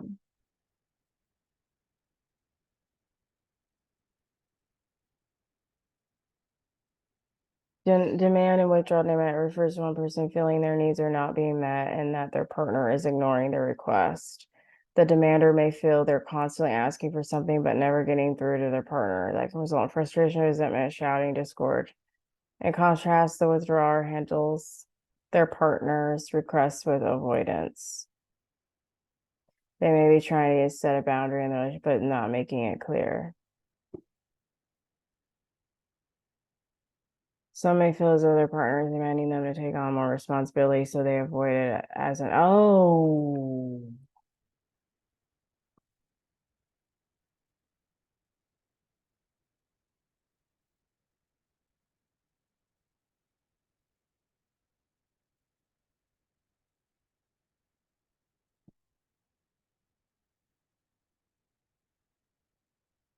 Some may feel as their partner is demanding them to take on more responsibility, so they avoid it as an act of rebellion. This often creates huge fights over small issues such as doing the dishes. Well, that's dumb. The dishes? Just do them. And the core at the core, the demand withdrawal dynamic dissolves trust, one of the cornerstones of any relationships. Ultimately, it comes down to keeping agreements and respectful communication. It helps if your partner understands your needs. Try and say, I feel like I need more support with what are you committed to taking on? Or I feel like I am disappointed. Or I feel like I am disappointing you. Can we be clear about our mutual expectations? Mutual commitment to listening to each other and avoiding doing things that may hurt each other is a first step. Distance and pursue. The distance pursuing dynamic. When one partner is more invested than the other and may take the initiative more often. This power dynamic may be associated with your attachment style. Attachment styles are associated with the bond you established with your primary caregivers when you were when you were a child. If a primary caregiver is validating and provides praise and support, a child has a greater sense of self. This is bullshit. If a caregiver is not emotionally supportive, a dismissive parent, it may result in feelings of rejection, isolation, and fear. Well, no fucking shit. All of this carries an adulthood and seeking a partner to help heal child. Oh, fuck me. Fuck.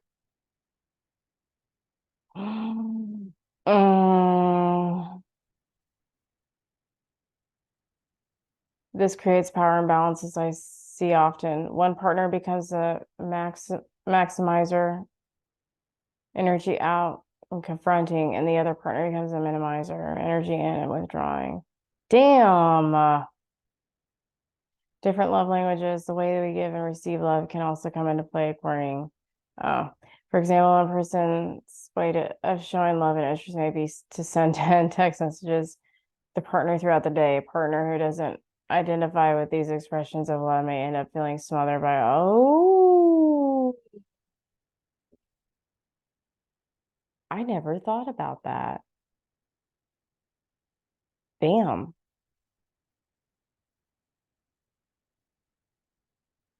Interesting. Okay.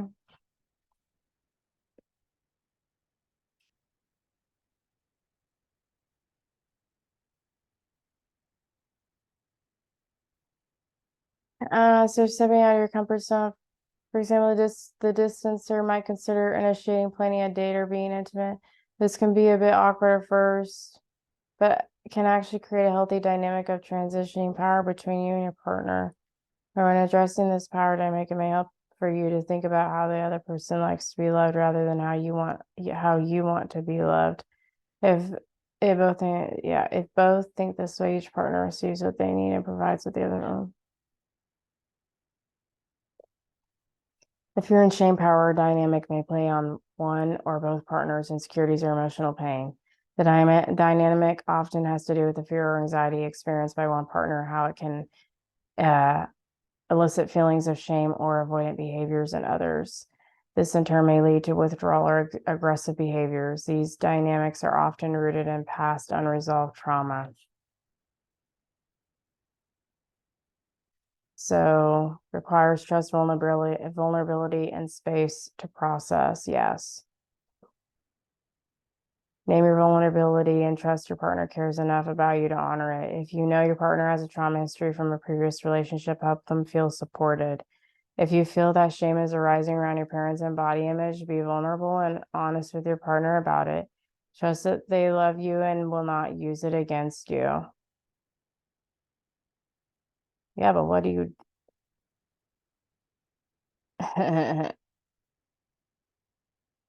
until someone does, and then it fucks you up.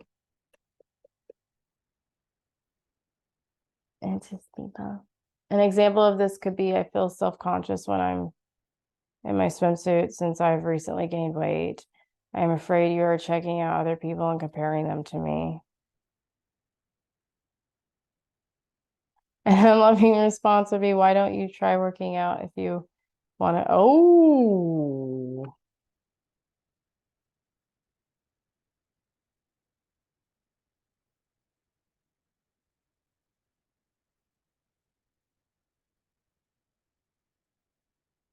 dude, I've been with shit fucking people. Shitty fucking.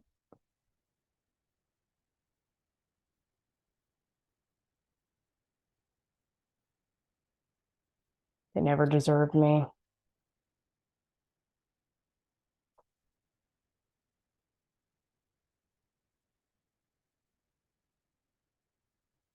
Being open and honest, compromising, respecting boundaries, supporting an individual, arguing fairly. Yeah, because every relationship you're going to argue. You can't There's literally there's no way you're not gonna not ever argue. But there is a way, yeah, you fight fair.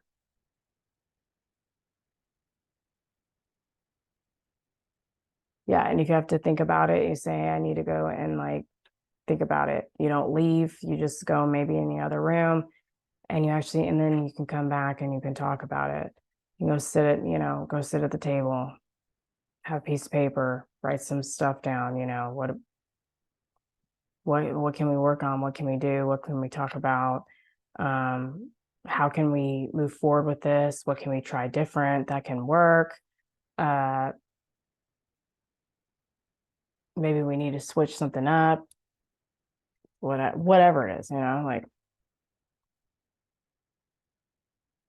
I am maturing. I am becoming an adult. I'm becoming an adult. And not that, you know, child, trauma child or whatever you want to call it. And so, um, yeah, I think there was a few other things I was going to talk about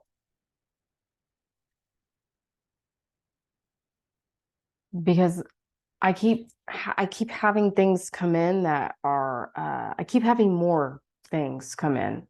And then I'll have like earlier today or earlier the day, like yesterday morning, I had a horrible migraine. And it was like right here. Like I'll sometimes get migraines right here. It's like in my third eye. And then all of a sudden like went here and then it went like all the way up here. So I've had like multiple migraines this last month, and I normally don't have that many migraines, but every time right now I have a migraine, when something comes to me, all of a sudden my migraine's gone. I'm like, what the fuck? Apparently I'm ascending even higher. And I'm like, how the hell am I gonna get more information? But it just keeps coming. And I'm just but yeah, it's all of us. So I'm just gonna say this. I thought my mom was the one that I needed to fix the trauma with or do. Yes, I did need to do that, but I was like clinging on to it. And that makes sense now because my South Node is in Cancer with home and mother in my first house, self identity.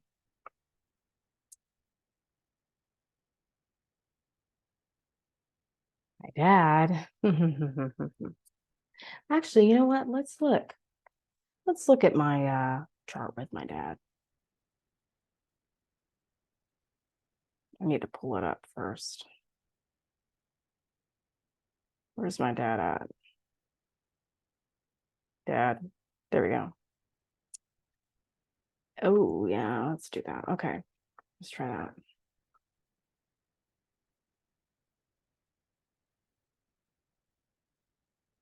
Oh, whoops. How do I do this?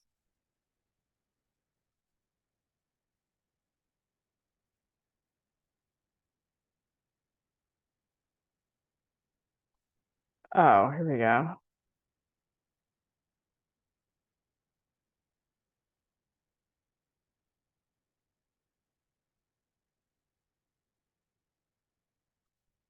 This sound.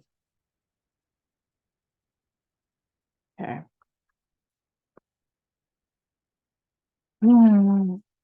Okay, where are we going here? Some major aspects. Look at all that red. Hold on, I want to see. It's opposition, South Node, so my health,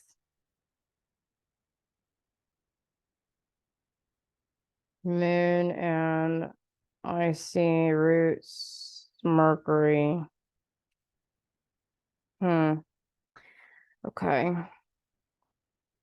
Ooh, ooh, damn. Okay. So major, just look here. Okay.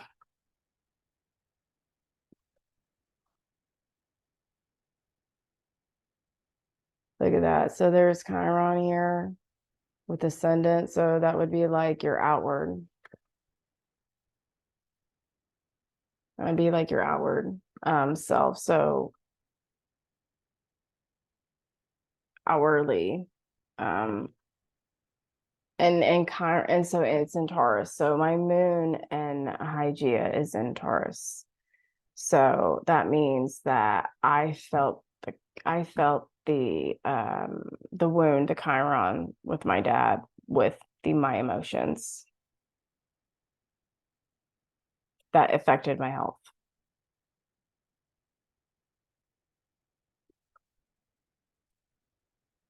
So then we got Gemini and Juno. So maybe that's what it is, where I like marriage. I thought two-faced,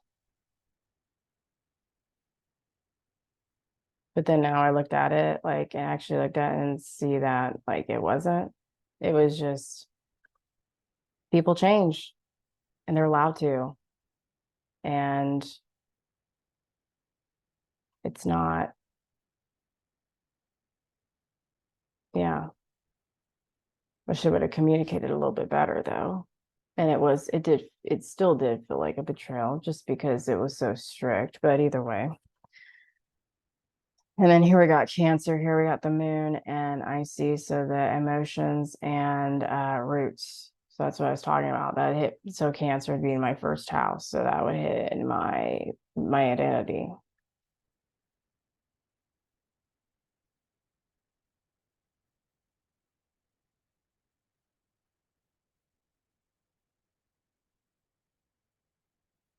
So we did travel a lot. Well, we used to. We do go to concerts. It's with Lilith and Jupiter. And my relationship with my dad is not like horrible. It's just mediocre. It's not like, yeah.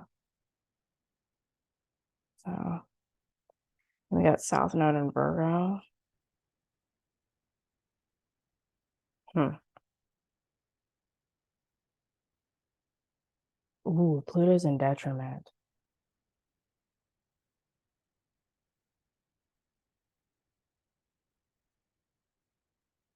So he wasn't able to balance. There's an unbalance of power when it comes to home. So I have to fix that. Oh, fuck. Okay.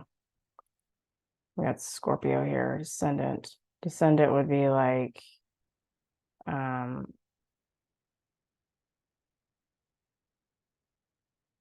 yeah, inner Uranus. So yeah, a lot of unexpected things happened.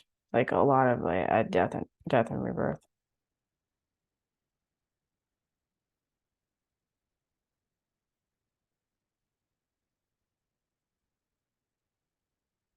Yeah, traveling again. But also that would mean like with Neptune, that would mean like we also travel a lot for like whenever they had their stamping business.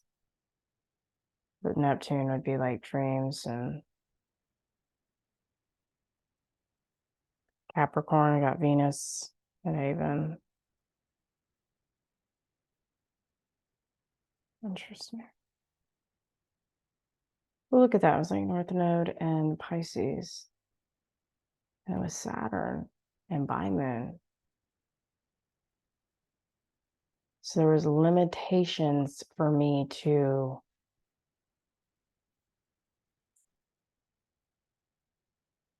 figure out hidden things that were hidden.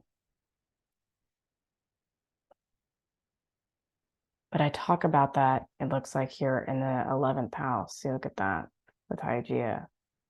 I talk about those limitations in the 11th house Aquarius.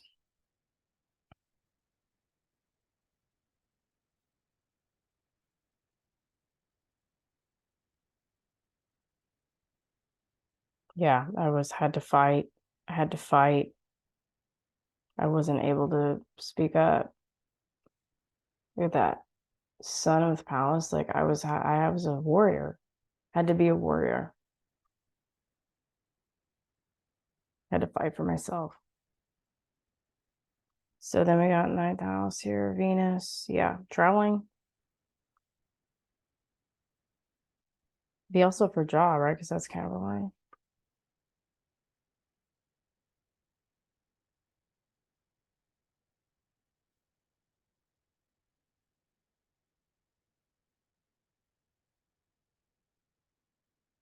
Oh, I like how that South Node's there in Leo.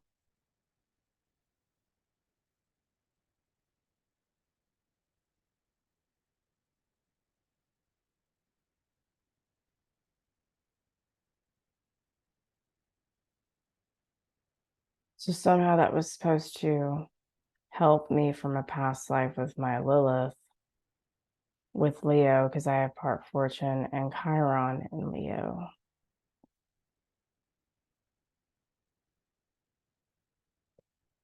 Interesting.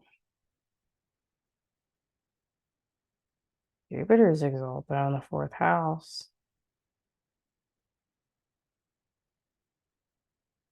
But I do see him a lot, like at the house, so that might be why. Oh, that's sad. Look, I got Juno and Chiron in the 1st house. And Taurus. My mom's son was in Taurus.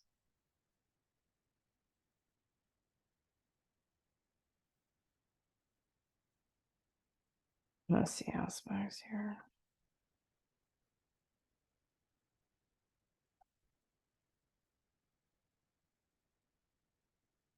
Here we go. Moon opposing Venus.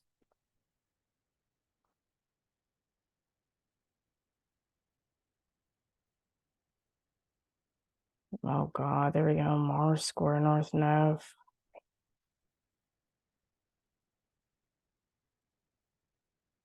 And Mars square Saturn. That's fucking awful.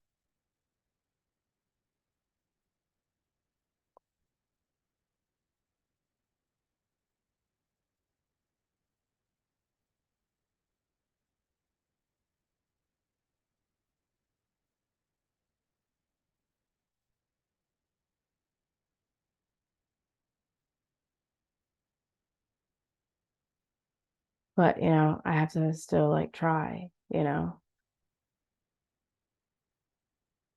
want to see something here.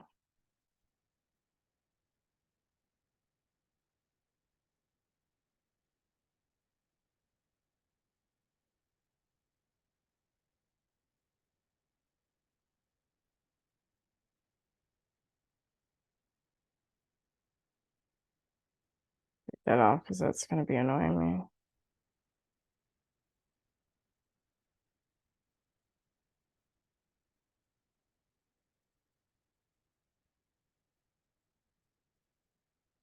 Saturn is on my sun.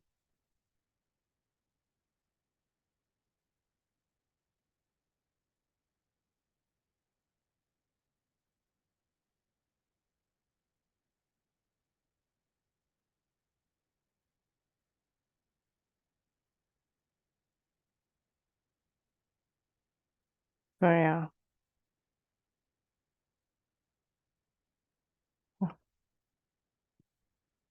I think that's it. I think I was like gonna say one more thing, like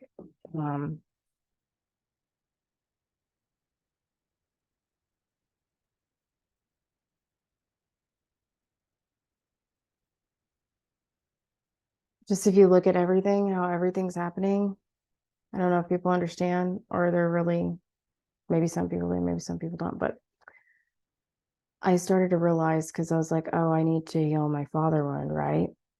And I was like, oh, I've been around men my whole life. Like my mom's now gone. I'm around my dad. Well, you know what I mean? Like my dad, my older brother Matt, middle brother Clayton, and Josh. So it's four. And Josh is about to move to Tennessee, like to Nashville in a few months. And so I'm really good. Like he's busy though. So I only do so much. And they got if they don't want to learn or heal, that's like I still love them no matter what. Like they're my family and I accept them for who they are. And I would hope they accept me for what I choose to do and what I want. That's one of the biggest things with my family that they just, my mom was always one of those ones I was like, she wouldn't apologize. She was always right. And that became a thing of, you know, everyone, like friends, family, lovers, like especially with the change. Like I would have issues like with feeling like somebody was trying to change me. Like stop trying to change me. Because like maybe they were telling me to do something different or they're just giving me advice, but then I took it as they were trying to change me. And in reality, it was like when I look at the trigger, I'm like, you know, are they just trying to change me or, you know, or I'm triggered because I actually do need to change certain things, but I don't want to admit it.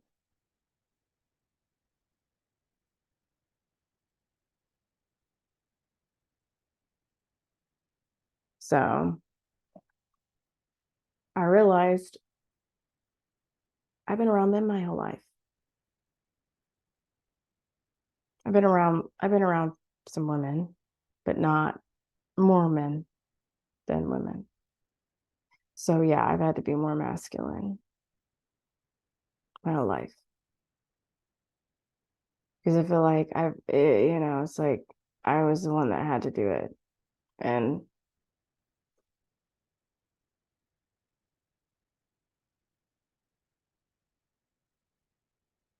that's where the control and the money and why I felt inferior about money because I couldn't figure out why I felt inferior about money. Well, my mom, okay, so when I don't remember how old I was, but my parents had some great ideas about like things that they could do to make money. But then they would get there and then they would just kind of like give up easily and stop doing it and then go on to something else. And so when they started the stamp business, my mom was the one that did like the artwork. She's the one that made all the artwork for the actual rubber stamp. So she produced the artwork, and my dad would be the one that would make the wooding for the stamp, and also the rubber. Like he actually did all the stuff with the rubber, and then like they worked together to make that. And I always thought that was so cool. Like I was like, damn, that's it's awesome to see like my parents doing something like they're both working together like that, you know? And then they would go take us to conventions like the art like rubber stamp can, but there was a lot more different artists there that there would be probably over 200 people. Like it would be a huge convention of just a ton of different artists. You'd have those I don't remember the call, but they'll write your name and they do it all in different ways. And yeah, it was just,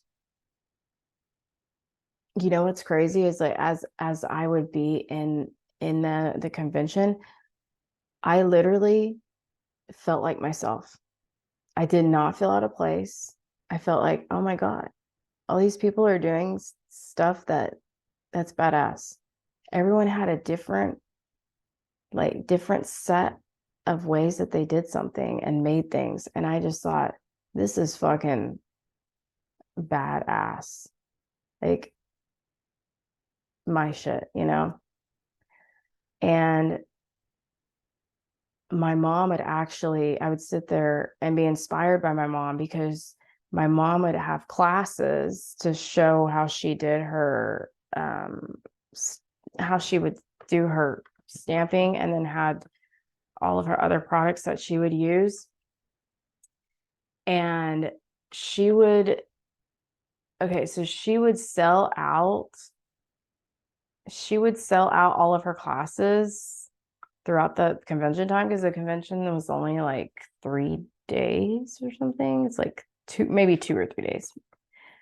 I think it's 2, but it doesn't matter. Either way, I remember just being like inspired by my mom and like going, that is awesome. Because she would sell out all of her like spots, and then she'd actually have like more people, and like, and she would have like, out of all of the artists there, she was the one that had the most people that wanted to watch her. And I was like, that's awesome. You know, and she would also have this thing where she would end up getting, because my dad has told me about these, you know, he talks to me about these kind of things. And he told, you know, my dad told me, he's like, yeah, your mom would, well, my mom would um, find ways to get products earlier than anybody else. And my dad's like, I don't know how the hell she did it, but she did it. She would, you know, my mom would, you know, call distributors, and she would get products before anybody else could even grab them or touch them or use them. And so then my mom would go to, you know, another convention, and she's the only one that's using these products. And so then every other artist is like, where did you get that? What is that? And then 2, 3 months later, all of these artists are using the products that my mom was using 3 months or whatever before. But then now she's on to the next thing that they're not doing. And then I started to realize, I was like, wait,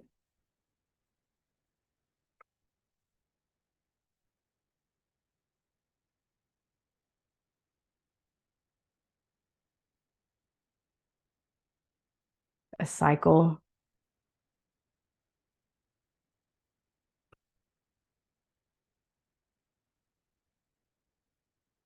And then what happened was we went on vacation, we went to Sedona. Um, my dad, like we were hiking with my dad, and why he was wearing sandals, but he climbed on this rock, and it was I don't know how tall this.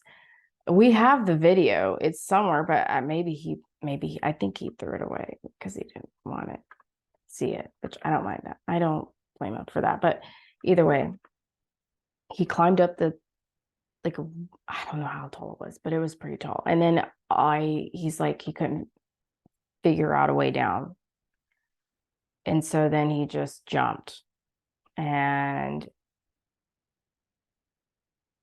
then that's when things got, you know, like, oh, okay. And then he couldn't really walk. And luckily there was people that were coming through, like 2 men help, like one of them, the other on the other side, like help my dad. And we were like a mile out from where we're supposed to go to the ambulance. So that was not fun to watch. And we get in the ambulance because that's the first time I've been in one, but I was there with my dad and with Matt and Clayton. And the paramedic was like, "Oh, I don't think you broke anything." And my dad's like, "Yeah, yes, I did.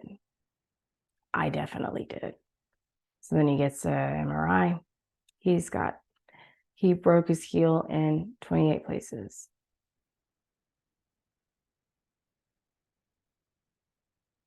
28 places. And then he was out for 2 years. They actually paid, like his job paid him a quit trip because he was at quit trip for 16 years. He was the first manager to open up a quit trip in Phoenix, Arizona. Uh, so yeah, he was out for 2 years. And then they paid him the long-term disability out for the 2 years. And then they let him go. Does that sound familiar?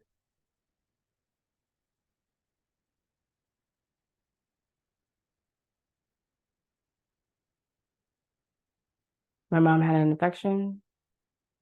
She didn't know. They didn't know what it was. Thought that she wasn't going to make it. She ends up making it. I have surgery. Then I have an infection. They don't know what it is. I have 105 fever. They don't think I'm going to make it. But I make it. Then I'm out for work for 2 years. Then I get let go. Do you see a little bit?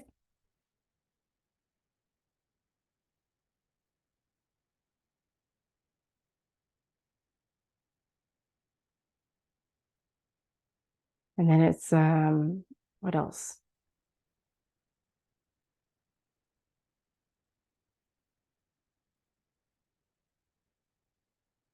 Because my dad got let go.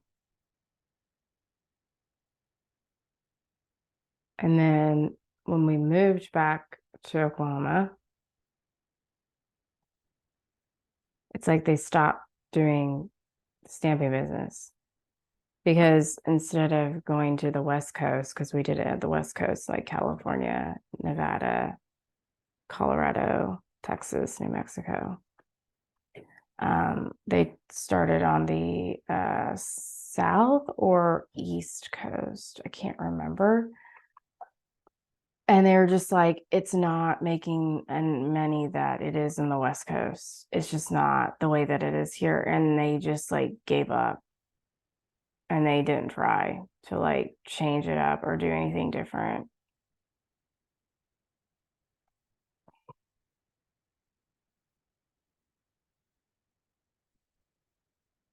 Mm. Oh man. Hmm. And then I remember my mom being like really depressed after that because my mom was a great artist. My mom was, it was, she had dark, her artwork was pretty, it was dark. It was dark stuff. You could, I mean, we have some of her artwork still at my dad's house, but you could look at it and it's dark. And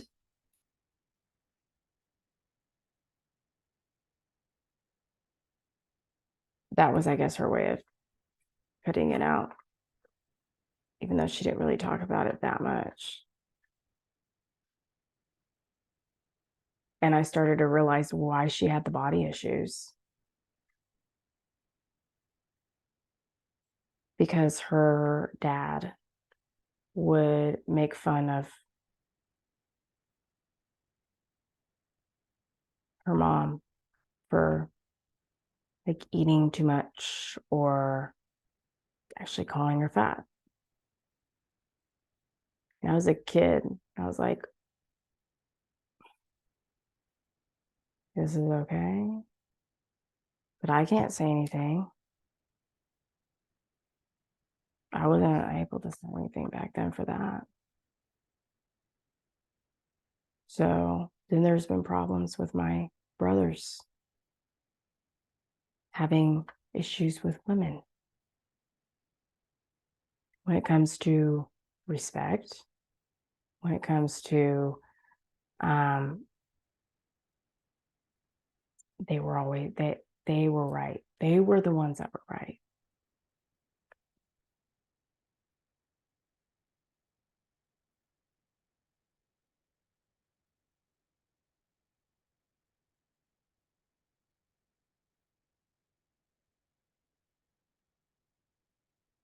And I'm not saying that my brothers are, you know, bad at all.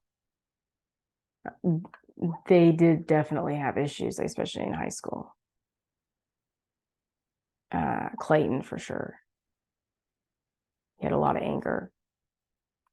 I mean, that's why he went to the Marines, but he had a lot of anger. I think that's it, what it is in our family. We have this anger, but it's like none of us knew how to take it out and how to properly like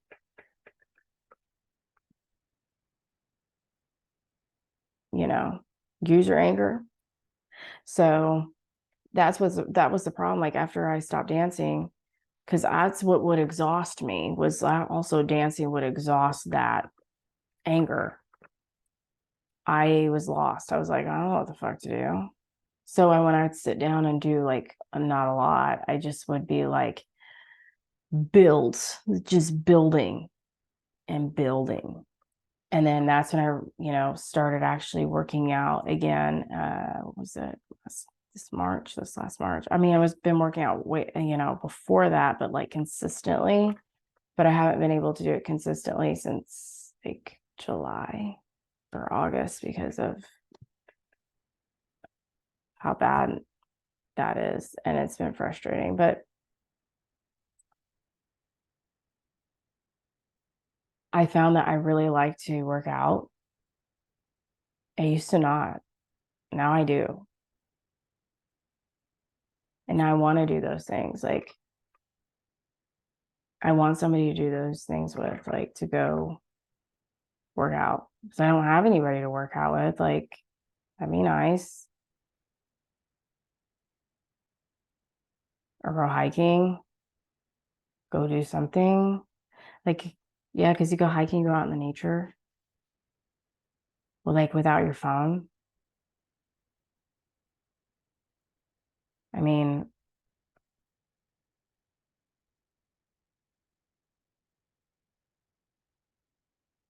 I'm like now knowing who I am. And I now know all the things that I have been doing. And I'm like, yeah, I'm done. I know that there's going to be times that I'll be pulled back just because that's life, you know. But I know that there's going to be someone someday that's going to see right through me and know when I'm going when I'm going back and spiraling that they, can help me not do that.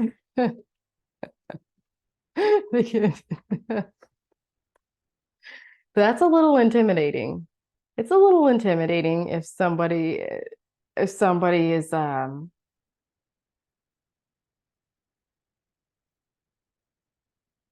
like the same, but not the same, but you know what I mean, like that can see right through someone, like they see you right. That is I will say that is intimidating, but also at the same time, I feel like that's also very like I don't know. I just feel like I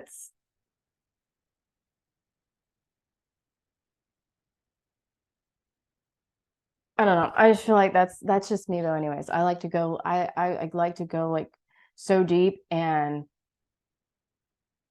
I just want to know like everybody's soul.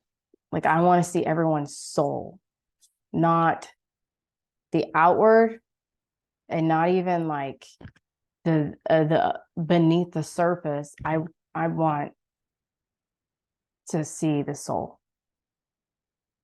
And I want people to find that. I can help. I'm not the only one that can help, but I can help in ways to have, hopefully, bring things up that is very uncomfortable for me because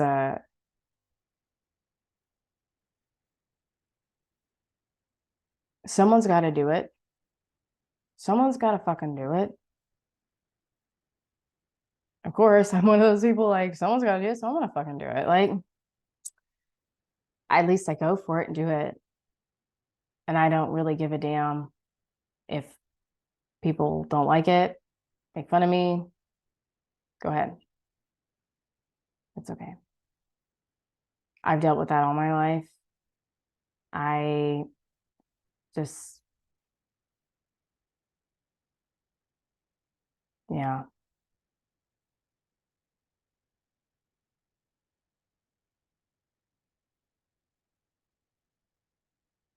But I've realized now that with the collective, reason why I've been around men is because I had to heal my father wound. And I've realized Clayton is with his girlfriend and their two daughters. So he's around all women right now. I mean, we hang out and, but right now he's all around all women. And I was like, oh, the masculine is having to heal the feminine. So we're here to help heal each other. The feminine is here to help the masculine, and the masculine is here to help the feminine. What do you think is going on right now, especially with the power struggles and power issues? What is Pluto and Capricorn? When did this start? 2008? What happened in 2008 in your life? There's financial crisis. Oh yeah, that was when I moved out to live in Nicole. I was having power struggles in my house, in my family, and home with my parents. I felt like I had nowhere to go. At that time I did have somewhere to go. So I was like, I'm out of here.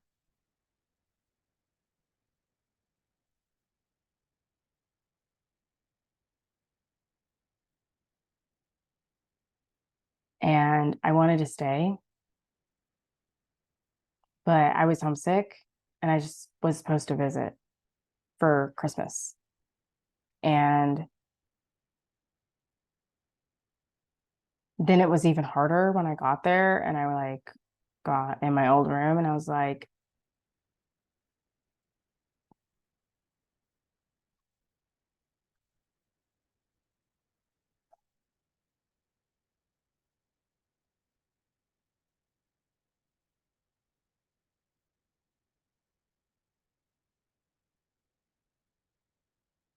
I just felt once again like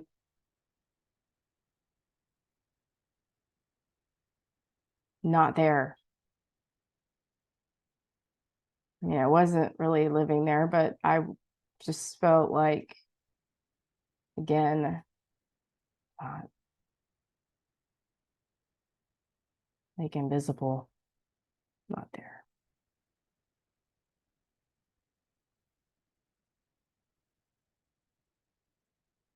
And I just wanted my parents to love me. I didn't feel that and I didn't get it. So what did I do?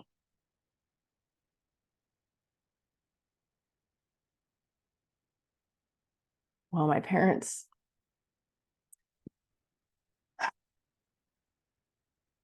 they were like, well, we'll get you a new phone. If you stay here, we'll get you a new phone. We'll get you a car. Because I was going to turn 16 in March. And that was in December whenever I was seemed like just coming down to visit. And I was having a really hard time because I didn't know what to do.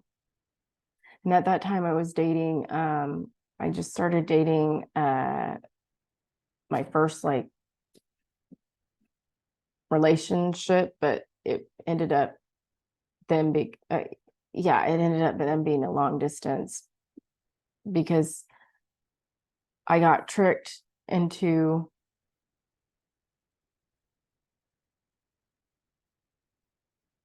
staying because my parents told me things that they would do if I stayed. And so then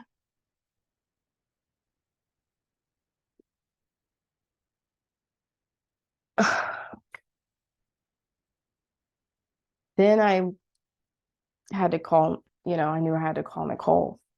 I had to like tell her, and I knew that was going to really hurt her feelings. And I didn't even know what to say and do. So I called one of her friends, like, because I was friends with her as well, but I already knew about her that she was not a good person. Like, I could feel it, and she would gossip. But I still like took like the risk to go to her just to ask her. I called her and I asked her, like, hey, this is what's going on, and I don't know what to do. Like, what do you like?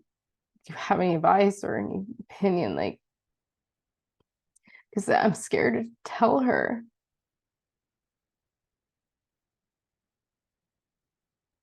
because she's my best friend and I love her because I don't like hurting people.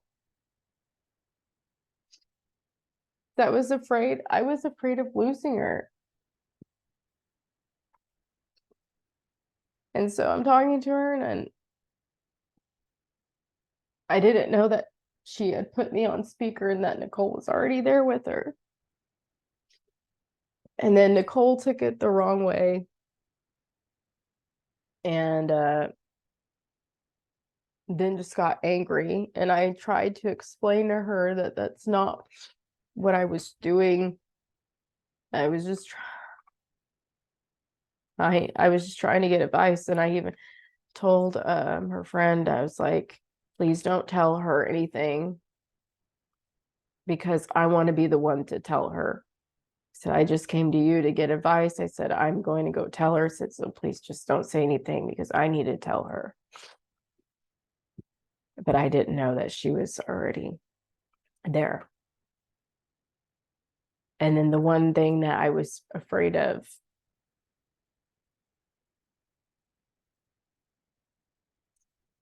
then she stopped talking to me for like a year and a half or something, like a year.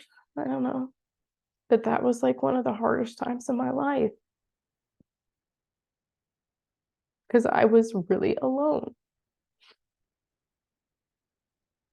Because then it comes down to my parents went to go look at a car and then they come back and they're like, don't say anything.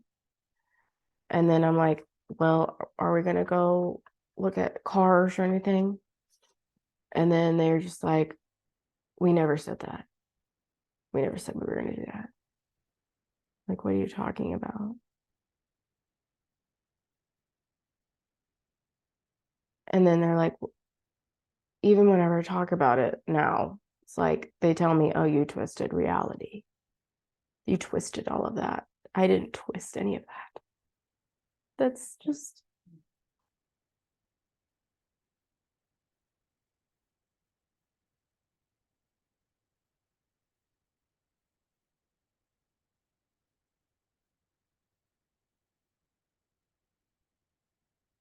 and I was still dating Jared at the time. Jared,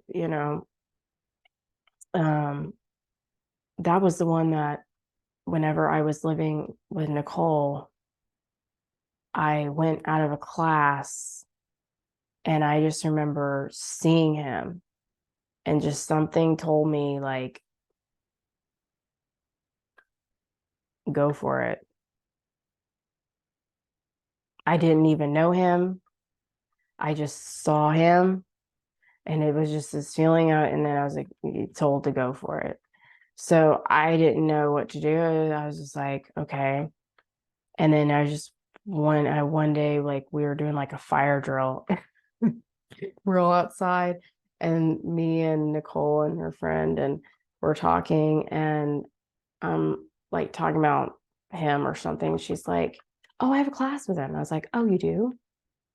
I was like, "Oh, okay." I was like, "Well, can you give him my information? Like, give him my Facebook, and I'll put my phone number. Can you give that to him?" She's like, "Yeah, okay." But then it was like, they're like, "Why? Why him?" And they were like saying that they're like making fun of him, like making fun of how he looks. And I was just like, I was like, you guys are crazy. Because they're trying to say like he wasn't that good looking. I was like, I was like, you guys are crazy. Whatever. And so she does give him that message.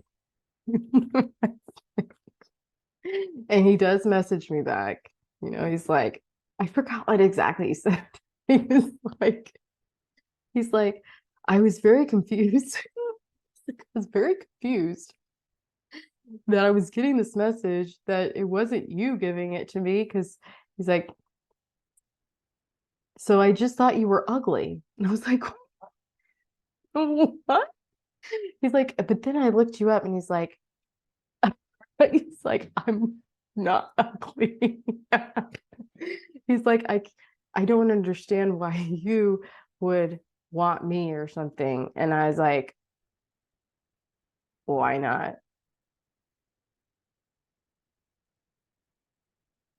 You see that mirroring going on even before then. And his mom was a very powerful woman. She was a lawyer, and he had twin sisters and another sister. So all girls. You see? All girls. And then his dad really wasn't there because they were divorced. So his dad was not um, in the picture. And I know that was hard for him. It still is. It, and that's hard. And that's sad. It really is. It's sad. And so he had four, he had like four friends. He had four friends in his group, and then he had one really like he had one girl that was his friend, that he had been friends with for a long time. And I already knew that she just did not like me. I immediately, I just feel people's energy. I know if you like me or you don't. So yeah, it's a little uncomfortable if I have to be around people that I know they don't like me, but I just dealt with it anyways. And his other friends, like, one of them really liked me. He would communicate with me, and we would have great conversations. But the other ones were a little bit just off a little bit. And um I think it's just I didn't have enough time to get to know them or spend time with them. So I didn't have enough time to get to know them. And the only one I had concerns with was the girl, because I was like, I already knew. I already knew she didn't like me. I already knew that she wanted to be with him. I already knew. And so, you know, we got really close really quick. It was like it was like naturally, like it was like we just clicked. And it wasn't a like bad relationship at all. It was actually it was actually a good one. And we talked a lot and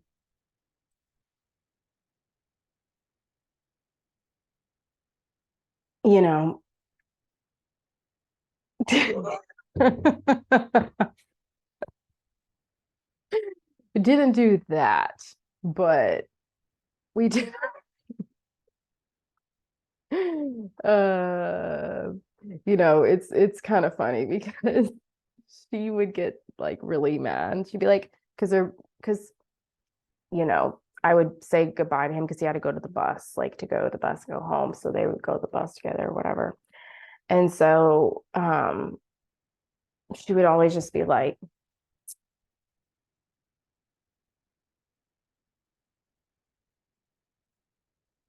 I'd be like, and then, you know, making out and shit. And so then she's just like turns around and walks away. I'm like, no.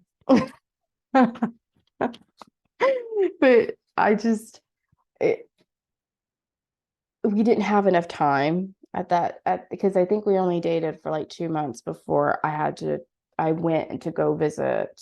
We'll just visit, but I didn't know that I was staying or had to stay. And so when I was back in Oklahoma, me and Nicole are not talking. And so I'm a mess. I'm a mess. Like I'm hurting. And Jared was there the whole time to listen and to talk. And at school, like I would talk about it. I'd be like, yeah, like he's the one. And then people would be like, well, what? Nah, he lives there and you live here. How is that going to work? And I was like, I'm not worried about that right now. We'll figure it out. I was like, either I'm going to go there, or he's going to come here, or we're going to go somewhere else. And they're like, that doesn't ever work. And they're like, you're too young. And then they're telling me, like, how you know he's not doing anything out there and he wouldn't even tell you. And I was just like, and that's what happened was people started putting little thoughts and like fears in my head. But it was also because it was a mirror projection, like a self-fulfilling prophecy, because there was those fears coming up. And like people would just like get in my ear and tell me like, oh, that doesn't work out. Oh, well, who's going to move? Oh, well, he could be going out and doing stuff and you don't even know. And I'm like, what the fuck? And at that time I'm young, I'm 16 years old. So it's kind of like I was like, oh well, you know what? Maybe he is. I don't know. But he did come down to visit one time, like in the summertime. And it was really good. And the problem was me because I really liked him. Actually, I would actually say I loved him,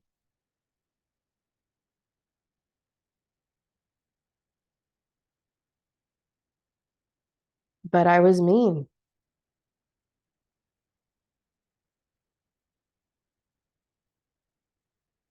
And was it nice? Because I was scared. I was scared that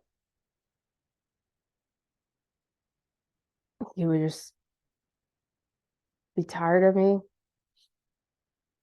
or he'd just find somebody else that's better.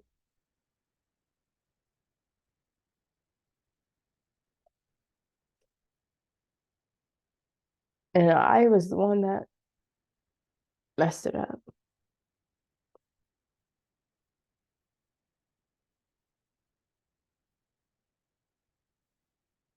And so then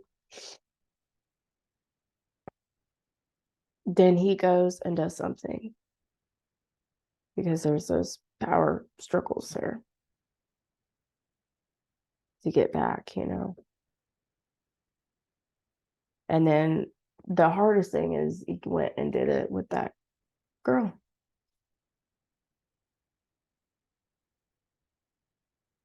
And that was kind of like the last thing for me, because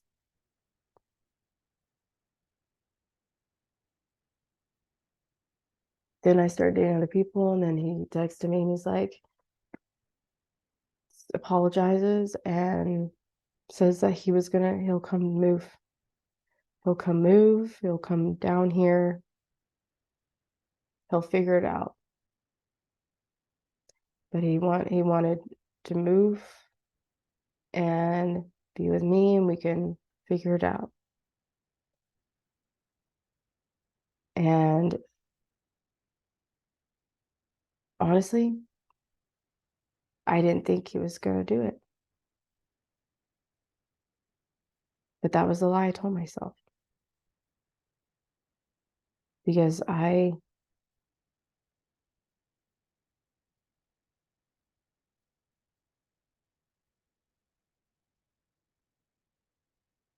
was too scared.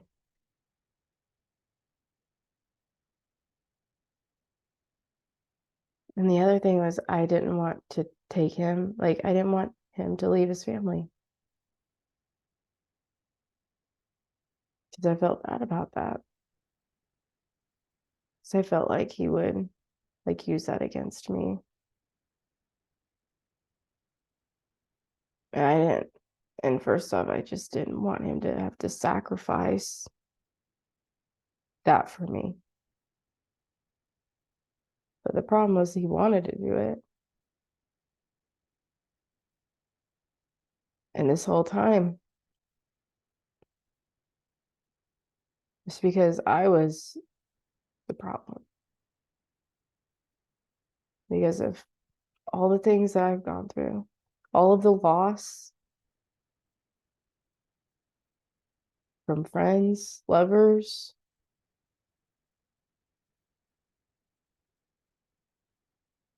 It's all been the same cycle. Because I didn't heal yet. Because I didn't see yet what I was doing.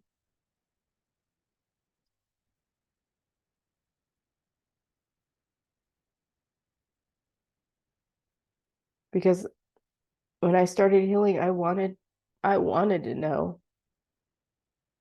I wanted to know what I was doing, because I didn't want to do this anymore.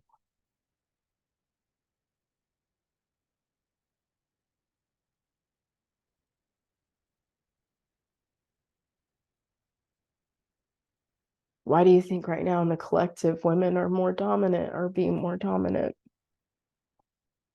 thinking they can do it all by themselves?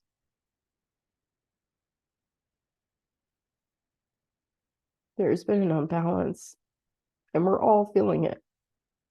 All of us.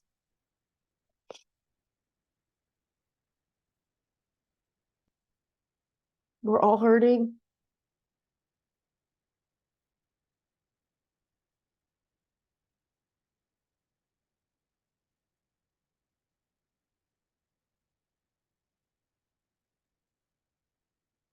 And it's sad to say, though,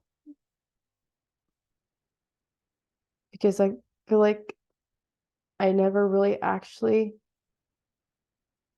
let someone love me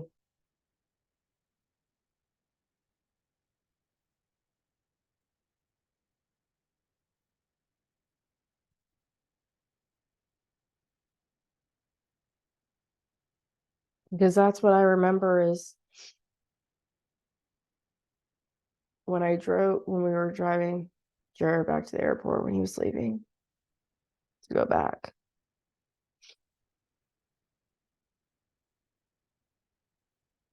He was, you know, he cried and I'm crying. And I just remember after that, like, this guy could really hurt me.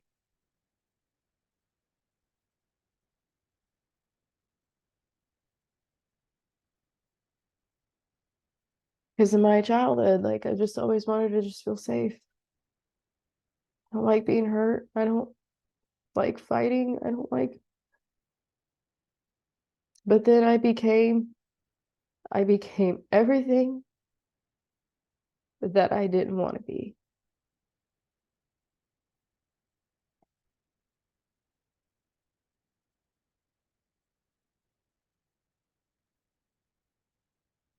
Because I was so worried about that not happening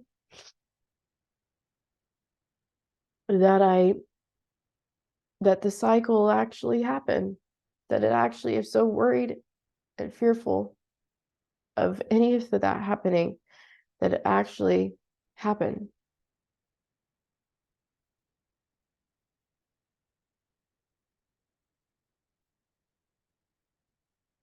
Why?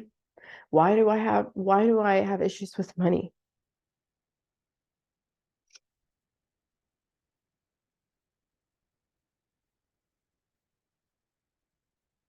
Because my dad felt inferior about losing his job.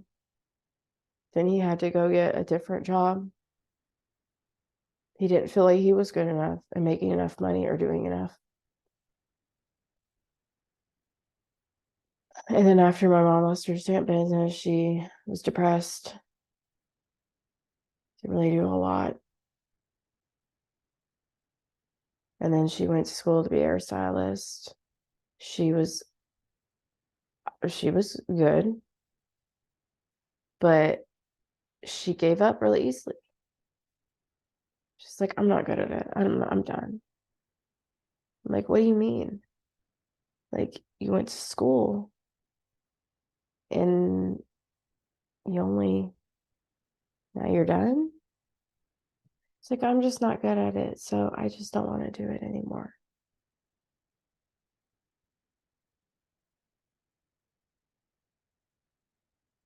I'm starting to realize that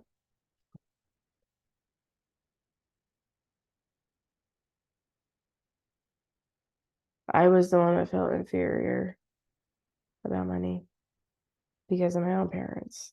I was so scared that I would end up like my parents, that I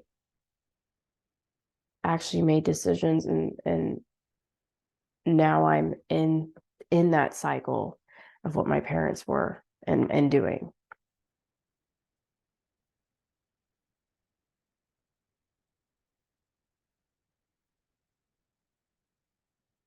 All of it. All of it. My whole life. All of it comes together.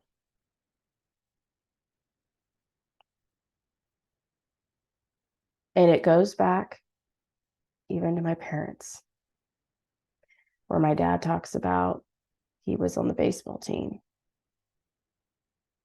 and that they outed him out. My mom, she tried out for the choir because she's a singer. She's a good singer. And because she's not popular enough, she didn't get in her junior year.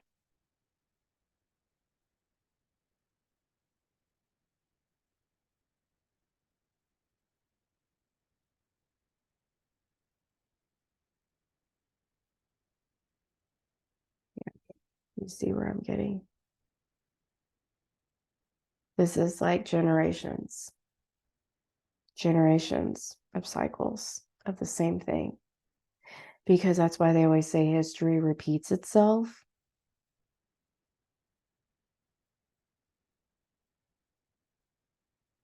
because it does.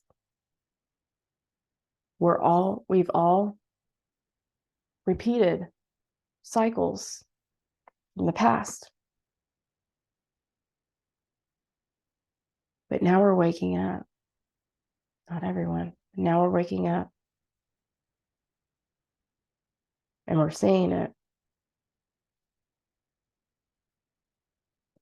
And yeah, the history does repeat itself.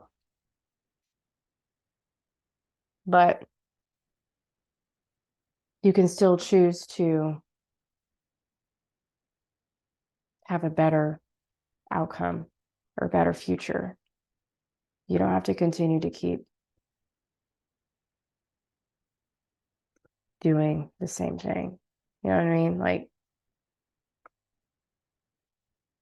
you can still go back and look at history, because history is still a big part of who we are and why we're here, and memories, and bringing up conversations and talks, and, you know, the good things too.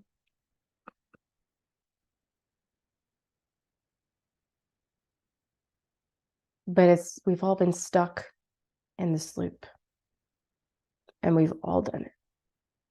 All of us. Why do you think now we're all projecting towards each other? Why do you think it got so big with the makeup? Makeup got so big, and plastic surgery.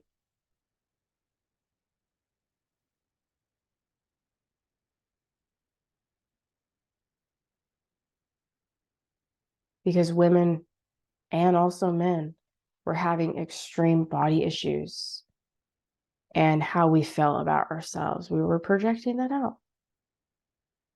Why do you think people right now and here lately have been talking about narcissism and narcissistic tendencies? Because we all have them. And we can't blame this person, that person. They did that. She did this, because we all are doing it. All of us.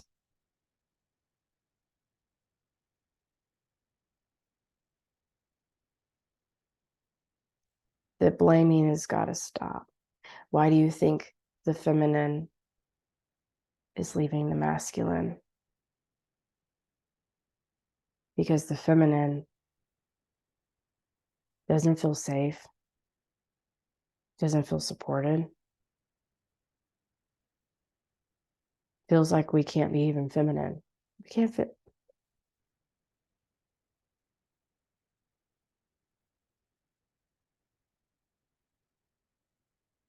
We're tired. We're tired of everything kind of put on us, on our shoulders. Especially like if you have children. It's vital. It is like legit. It is vital for the father to be there and to lead in a way that will help the family be better. It's vital to have feminine, masculine, man or female, or even just it, you know, whatever else. But it's vital to have that balance, because it was never meant to be like women just taking care of the kids and then having to go work and then having to do the housework and then do everything else and then do the emotional and mental and everything else, and get what? Told, oh, well, you get to stay home, and you know, I pay the bills. So I get to tell you what to do.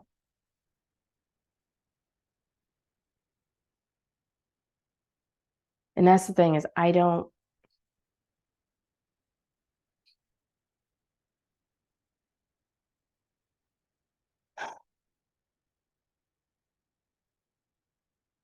I don't know how to put that.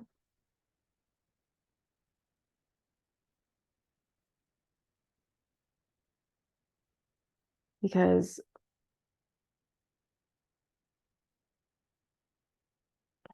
I don't know how to put that, honestly.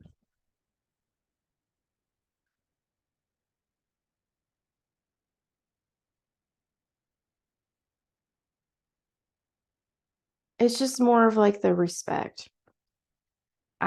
All I want is just to be known like as just respected as well. Even if I don't make the money, I don't make money and I'm staying at home and I'm taking care of the kids and I'm doing what I can.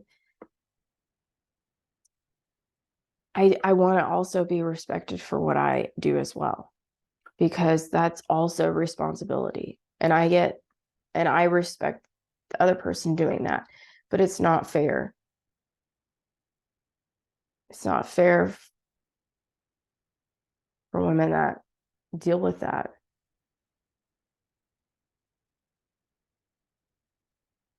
We're doing our best, just like you guys are doing your best. It's just there's a lot of trauma and there's a lot of miscommunication. And there's a lot of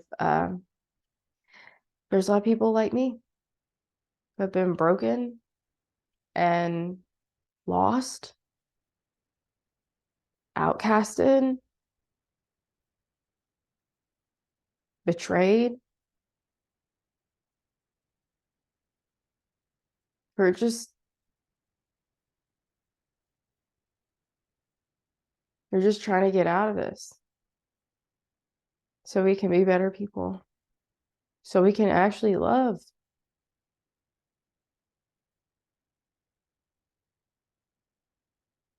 Because I don't want to be this person anymore. I don't. I'm done being this person. I've been done being this person. But it's still a part of me. I have to also accept that this is my dark side. And I can't change that. So it's actually trying to find someone that is okay with that.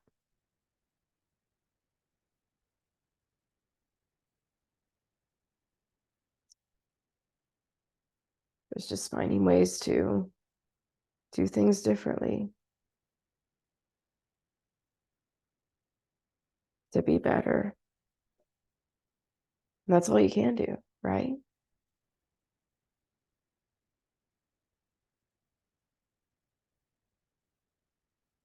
If you just pay attention to what's happening, you'll see.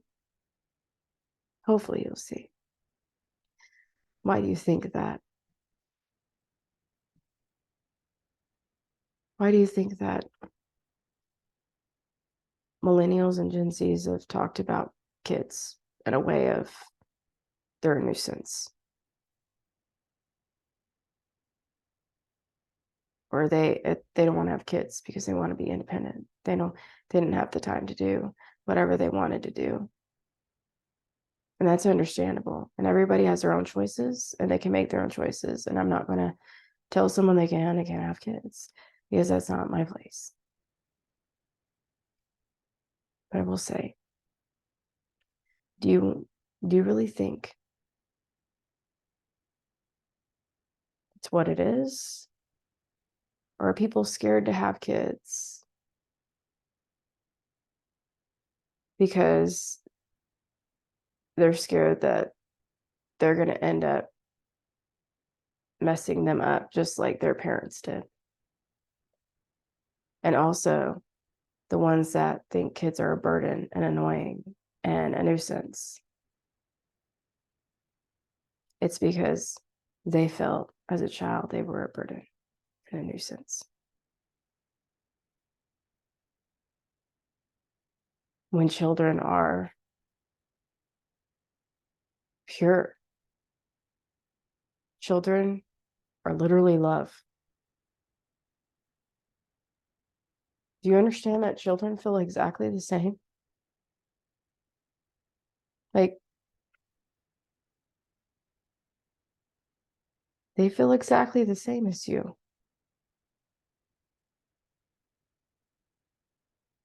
They just also want to be loved,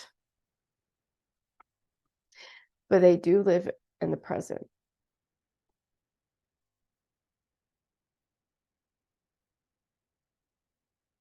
What you're feeling is how they're feeling most of the time. Like,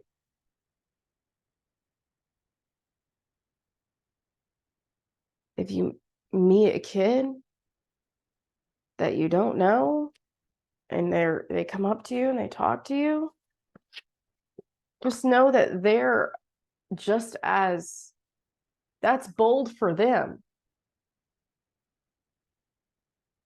Do you understand that? It's bold for them to do that.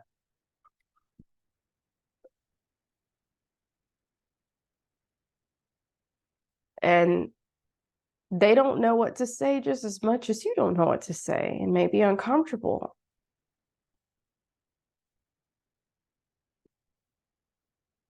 But to heal that, you got to start, you got to start opening up, even when it's fucking just uncomfortable. Because I'm gonna be 100% honest here. When I had Wiley and Wolf, when they were babies, before they are, Wiley's now a kid, but they didn't really talk much. So it wasn't really you had to really conversate with them. I mean, you do, but it's like the emotional awareness is really not there yet. Wiley, though, he is extremely intelligent. He already remembers things since he was 1. So he's different. he's he's already but now, though, since he started pre-K, it's different. And I've been having a hard time.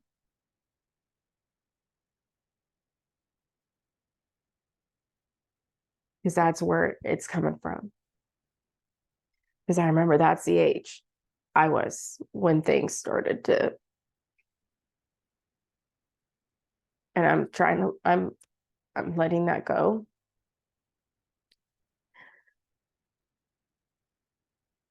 And I can only do the best I can for him. I know he's going to see his own projections in his own way, because I already see him doing things that I used to do. And so I'm really working with him, and that's all I can do. He can make those decisions, but he came in. He came in as like a boss already. He already was like ready to go. Ready to go. Let's go. I'm like, damn, hold on. I'm not ready yet. Like, but that's what he was teaching me. Like, you're not gonna be ready, but I've been ready. So here we go. He's the one that pushes me. We can all teach and learn from each other, even your own children, whoever it is, strangers. There is always something you can learn from someone. Teach and learn.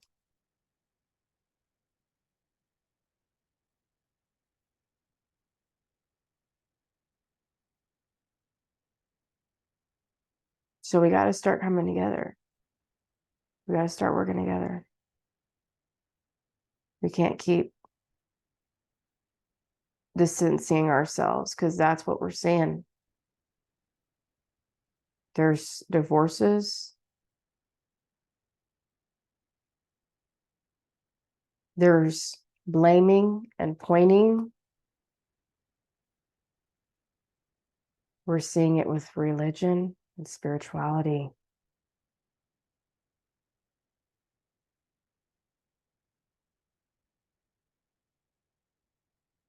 Because you're about to see it.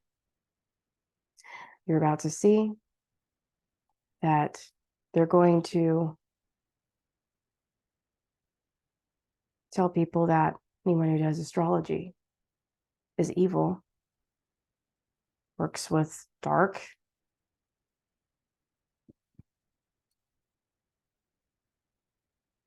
And then you're going to see a lot of those people go right back to being comfortable.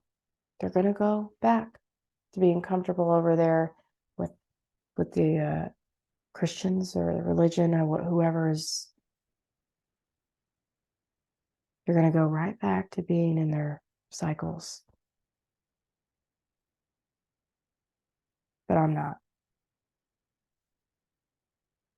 If I got to stand alone, I got to stand alone. Done that plenty of times, many times. I was actually meant here to destroy things. I was meant to destroy people's egos. Sorry. No, it causes chaos, but I was actually here to wake people up. Help people find who they are. So they can love themselves. Because I do it for myself. So I help others do it for them. But it's going to cause a lot of destruction and chaos and pain, and I'm sorry. I don't like hurting anyone.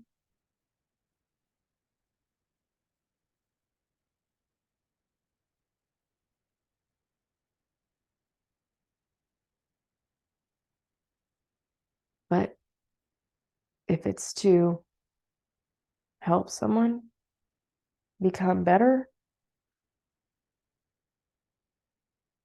and find things out for themselves, and that's what I do.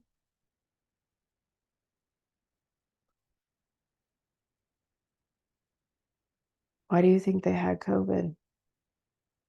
If you really think about it, just really think about it for a second. I already knew it was going to happen before it happened. But why do you think? I'm not saying COVID was not a real thing. I'm not saying that. There was a lot of health problems. There was a lot of fear put out in the media. What does fear cause? What does fear do to people who have trauma? And what does fear do when you talk about people dying and losing lives? Just think about it.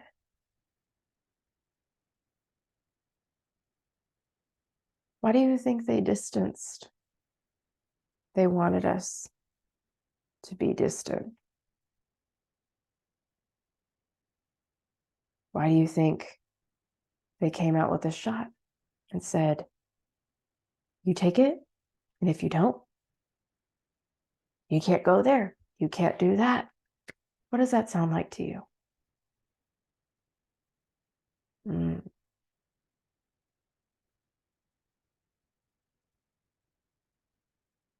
Does it sound familiar to the things that we've all gone through in our life?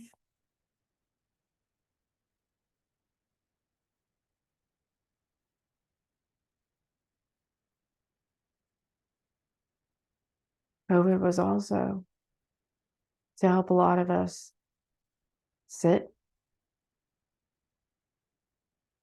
and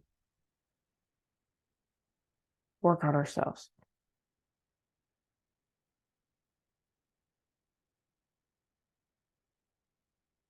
But mainly COVID was to wake us up to what's happening.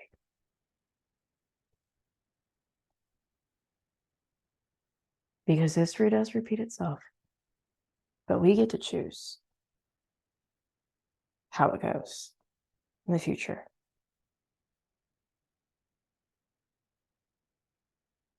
But it's going to have to be teamwork. There's going to have to be people that stand up. There's going to be, it's why you got Pluto and Aquarius. Community, technology,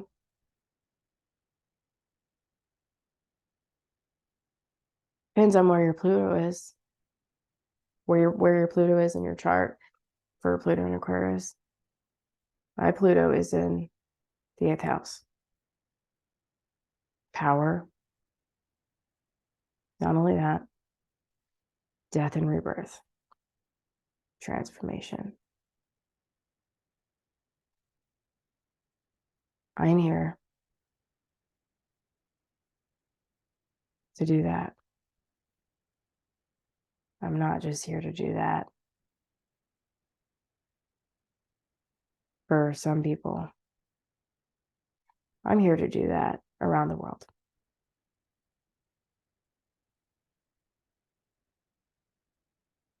So whether or not people believe in me or not, I don't give a fuck. Because now I know who I am. I always knew who I was. I just let people interfere. I listened to people when I shouldn't have. I was never trapped when I felt trapped. That was just an illusion I put in my head.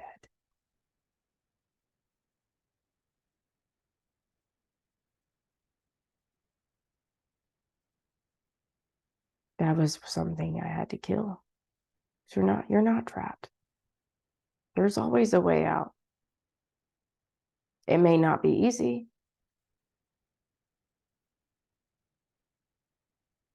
but it's whether or not you want it or you don't.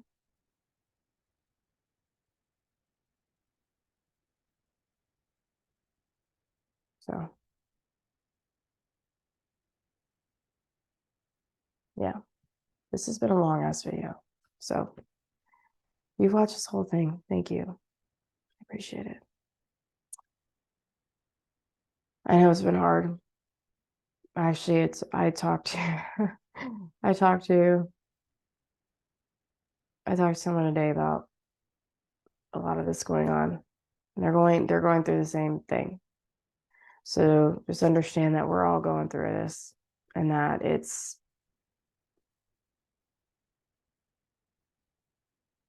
going to be okay. Don't get stuck too much. And you got to talk about it, whatever it is. And you could talk to your spirit guides, ancestors, God, if you believe in God, you know, whatever you believe in. But you got to talk about it.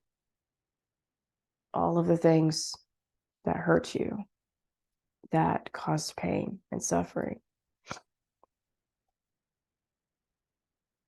Especially if you're around certain people a lot, y'all have to sit down. Go to the table and sit down. Get you paper, pen, not a computer. That puts too much energy. So you have a straight portal and just talk. Because I guarantee you, you all feel the same. And then you start realizing that a lot of the things that you made a big deal really wasn't. And sometimes it was. But at the same time, we can't live in the past anymore. We can't. Because if you continue to live in the past, you continue to fear, you continue to do, you continue to believe or live your parents' life. Because whatever happened with your parents or whoever else, that wasn't your fault. That wasn't on you. That was them. But you get to choose how it goes. You get to choose different now. So I know it's not going to be easy because this is something that we've been going through this life, almost our whole lives. So it's not going to be easy, but it'll be worth it. I promise you. Because I've been there. And I mean, I'm still here, but I've been into the beginning and kind of middle stages where I just didn't know. I felt lost. It just felt like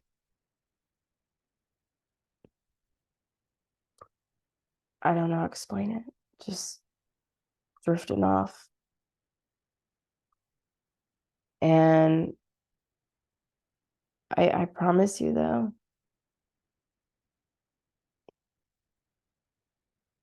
it's worth it. It may not feel like it right now, but it is. I didn't even know. I knew who I was, but I didn't know I had these gifts. I didn't know. The journey started back in 2019. I had no idea that I'd be right here right now. No. We all have different talents. We all have different gifts. We were not meant to have the same. And we were not meant to compare who's better, who has that. Because there's nothing to compare. Because we're all great in our own way. And we all need to start treating each other that way. We got to completely rearrange and change and transform it. And we're getting there. We're going to do it. We're getting there. And you got this. You got it. You're doing it.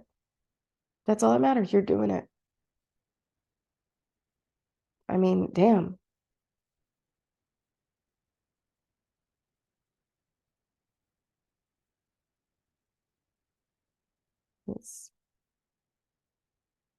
I always think there's no way that I might get more, but somehow I do. So never say never. And don't get caught. Don't get caught in your web. You're making a spider web and you get caught. Don't do that. Try not to do that. Because you're fighting. You're fighting your old self. Fighting your old self. Because when you make bold moves, it's when you get spiritual opposition. So you get that fight. Like people start opposing what you're doing. When you get that, you know you're on the right track.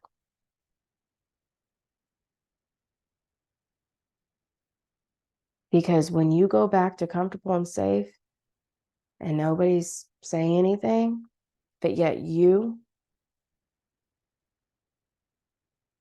don't really feel comfortable and safe, it's just you did it to make them feel comfortable and safe. It's time to get out of that. It is scary. I'm not gonna lie. Because you're not gonna know that you're not gonna know. I think that's the problem. Is I want to know everything. But I can't. I know a lot, but but I know everything. I'm not right about everything. So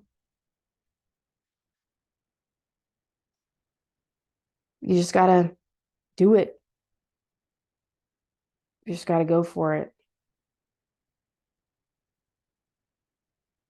Those are always the best things. You just say, fuck it. Let's just see what happens.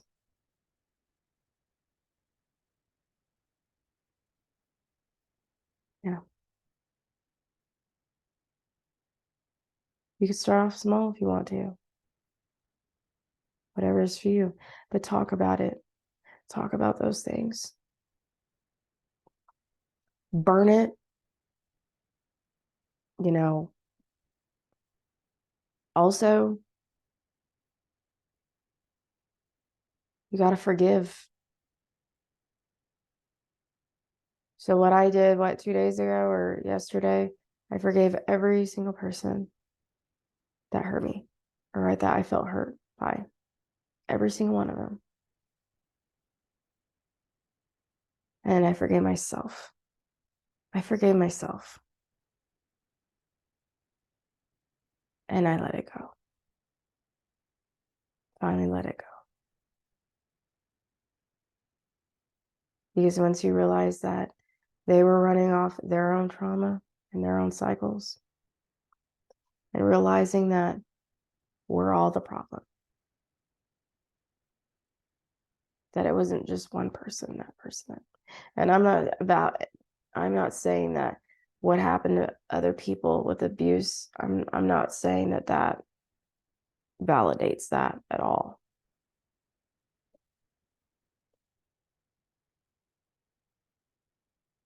So, but you've got to talk about it, forgive, and let go. And stop feeling guilty, regret, shame, fear. If you did something and you feel guilty about it, or you feel like you I don't know, but don't. If you messed up with something, talk to the person and just be honest.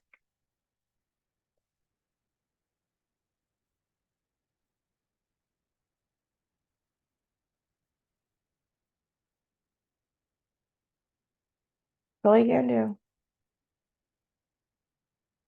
you know? I mean,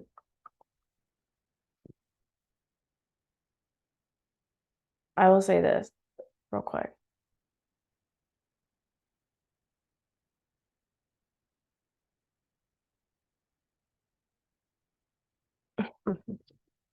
So the message that I sent, what was it? In May, in May, in May. I realized why I was acting the way I was acting or feeling the way I was feeling. Because it brought up my father wound. Because it reminded me of my brothers too. Because I felt not not invited. I'm not with that. I'm not like them.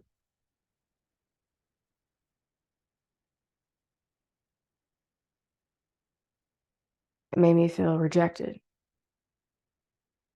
Because that's how I felt with my dad, with all my brothers. And I just didn't know yet why I was feeling that way. So I'm actually thankful for that. I'm thankful for that lesson. Because that's what woke me up to this.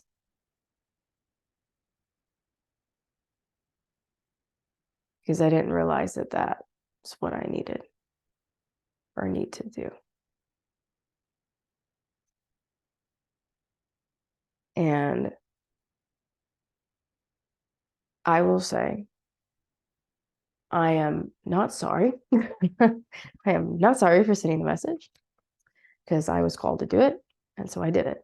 I was scared to do it. I'm not going to lie. I was scared as fuck to do it because I was like, this person, like, I don't know what to say. And so I'm not sorry for sending this, but may have, I may have said something or crossed a boundary. I don't know. But if I did, I am sorry for that. Or if I communicated in a in the wrong way, I guess.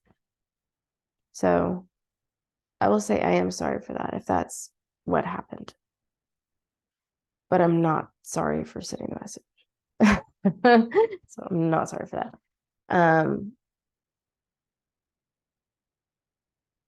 But yeah.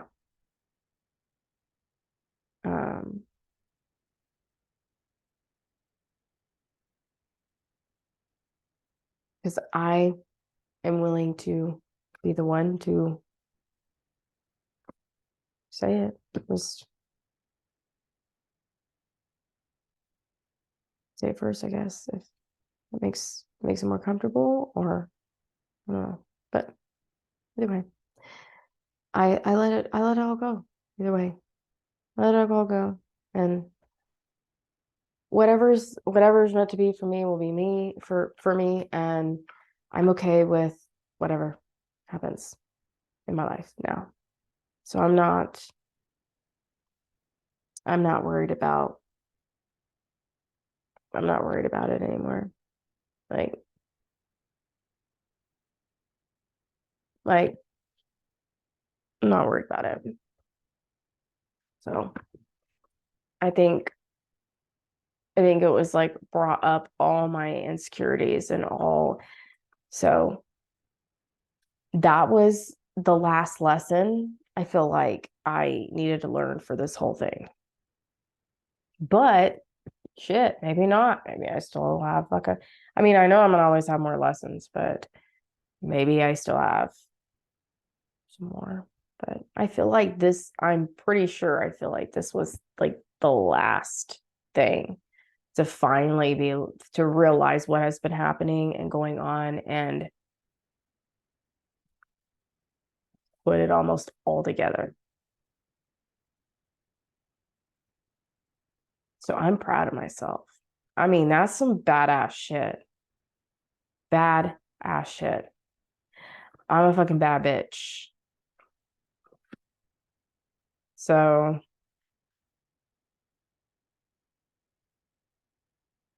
okay. So, anyways, um, yeah, I've been talking way too much. I'm gonna end this. So thank you. Either way, doesn't matter. Doesn't matter what happens. Thank you for every single person that's been in my life or that's taught me something. Whether it was good or bad, doesn't matter. Thank you. Seriously, thank you. Because if it wasn't for you, I wouldn't be right here. And so I hope I can give to you guys to help you guys. So you guys have to understand you also are a vital part of all of this and what's going on around the world. And once we can get more people to understand that,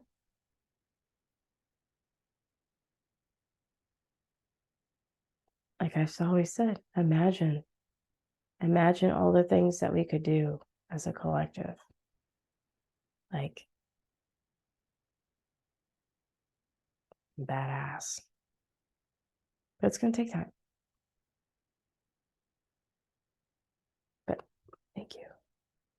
I love you guys, really.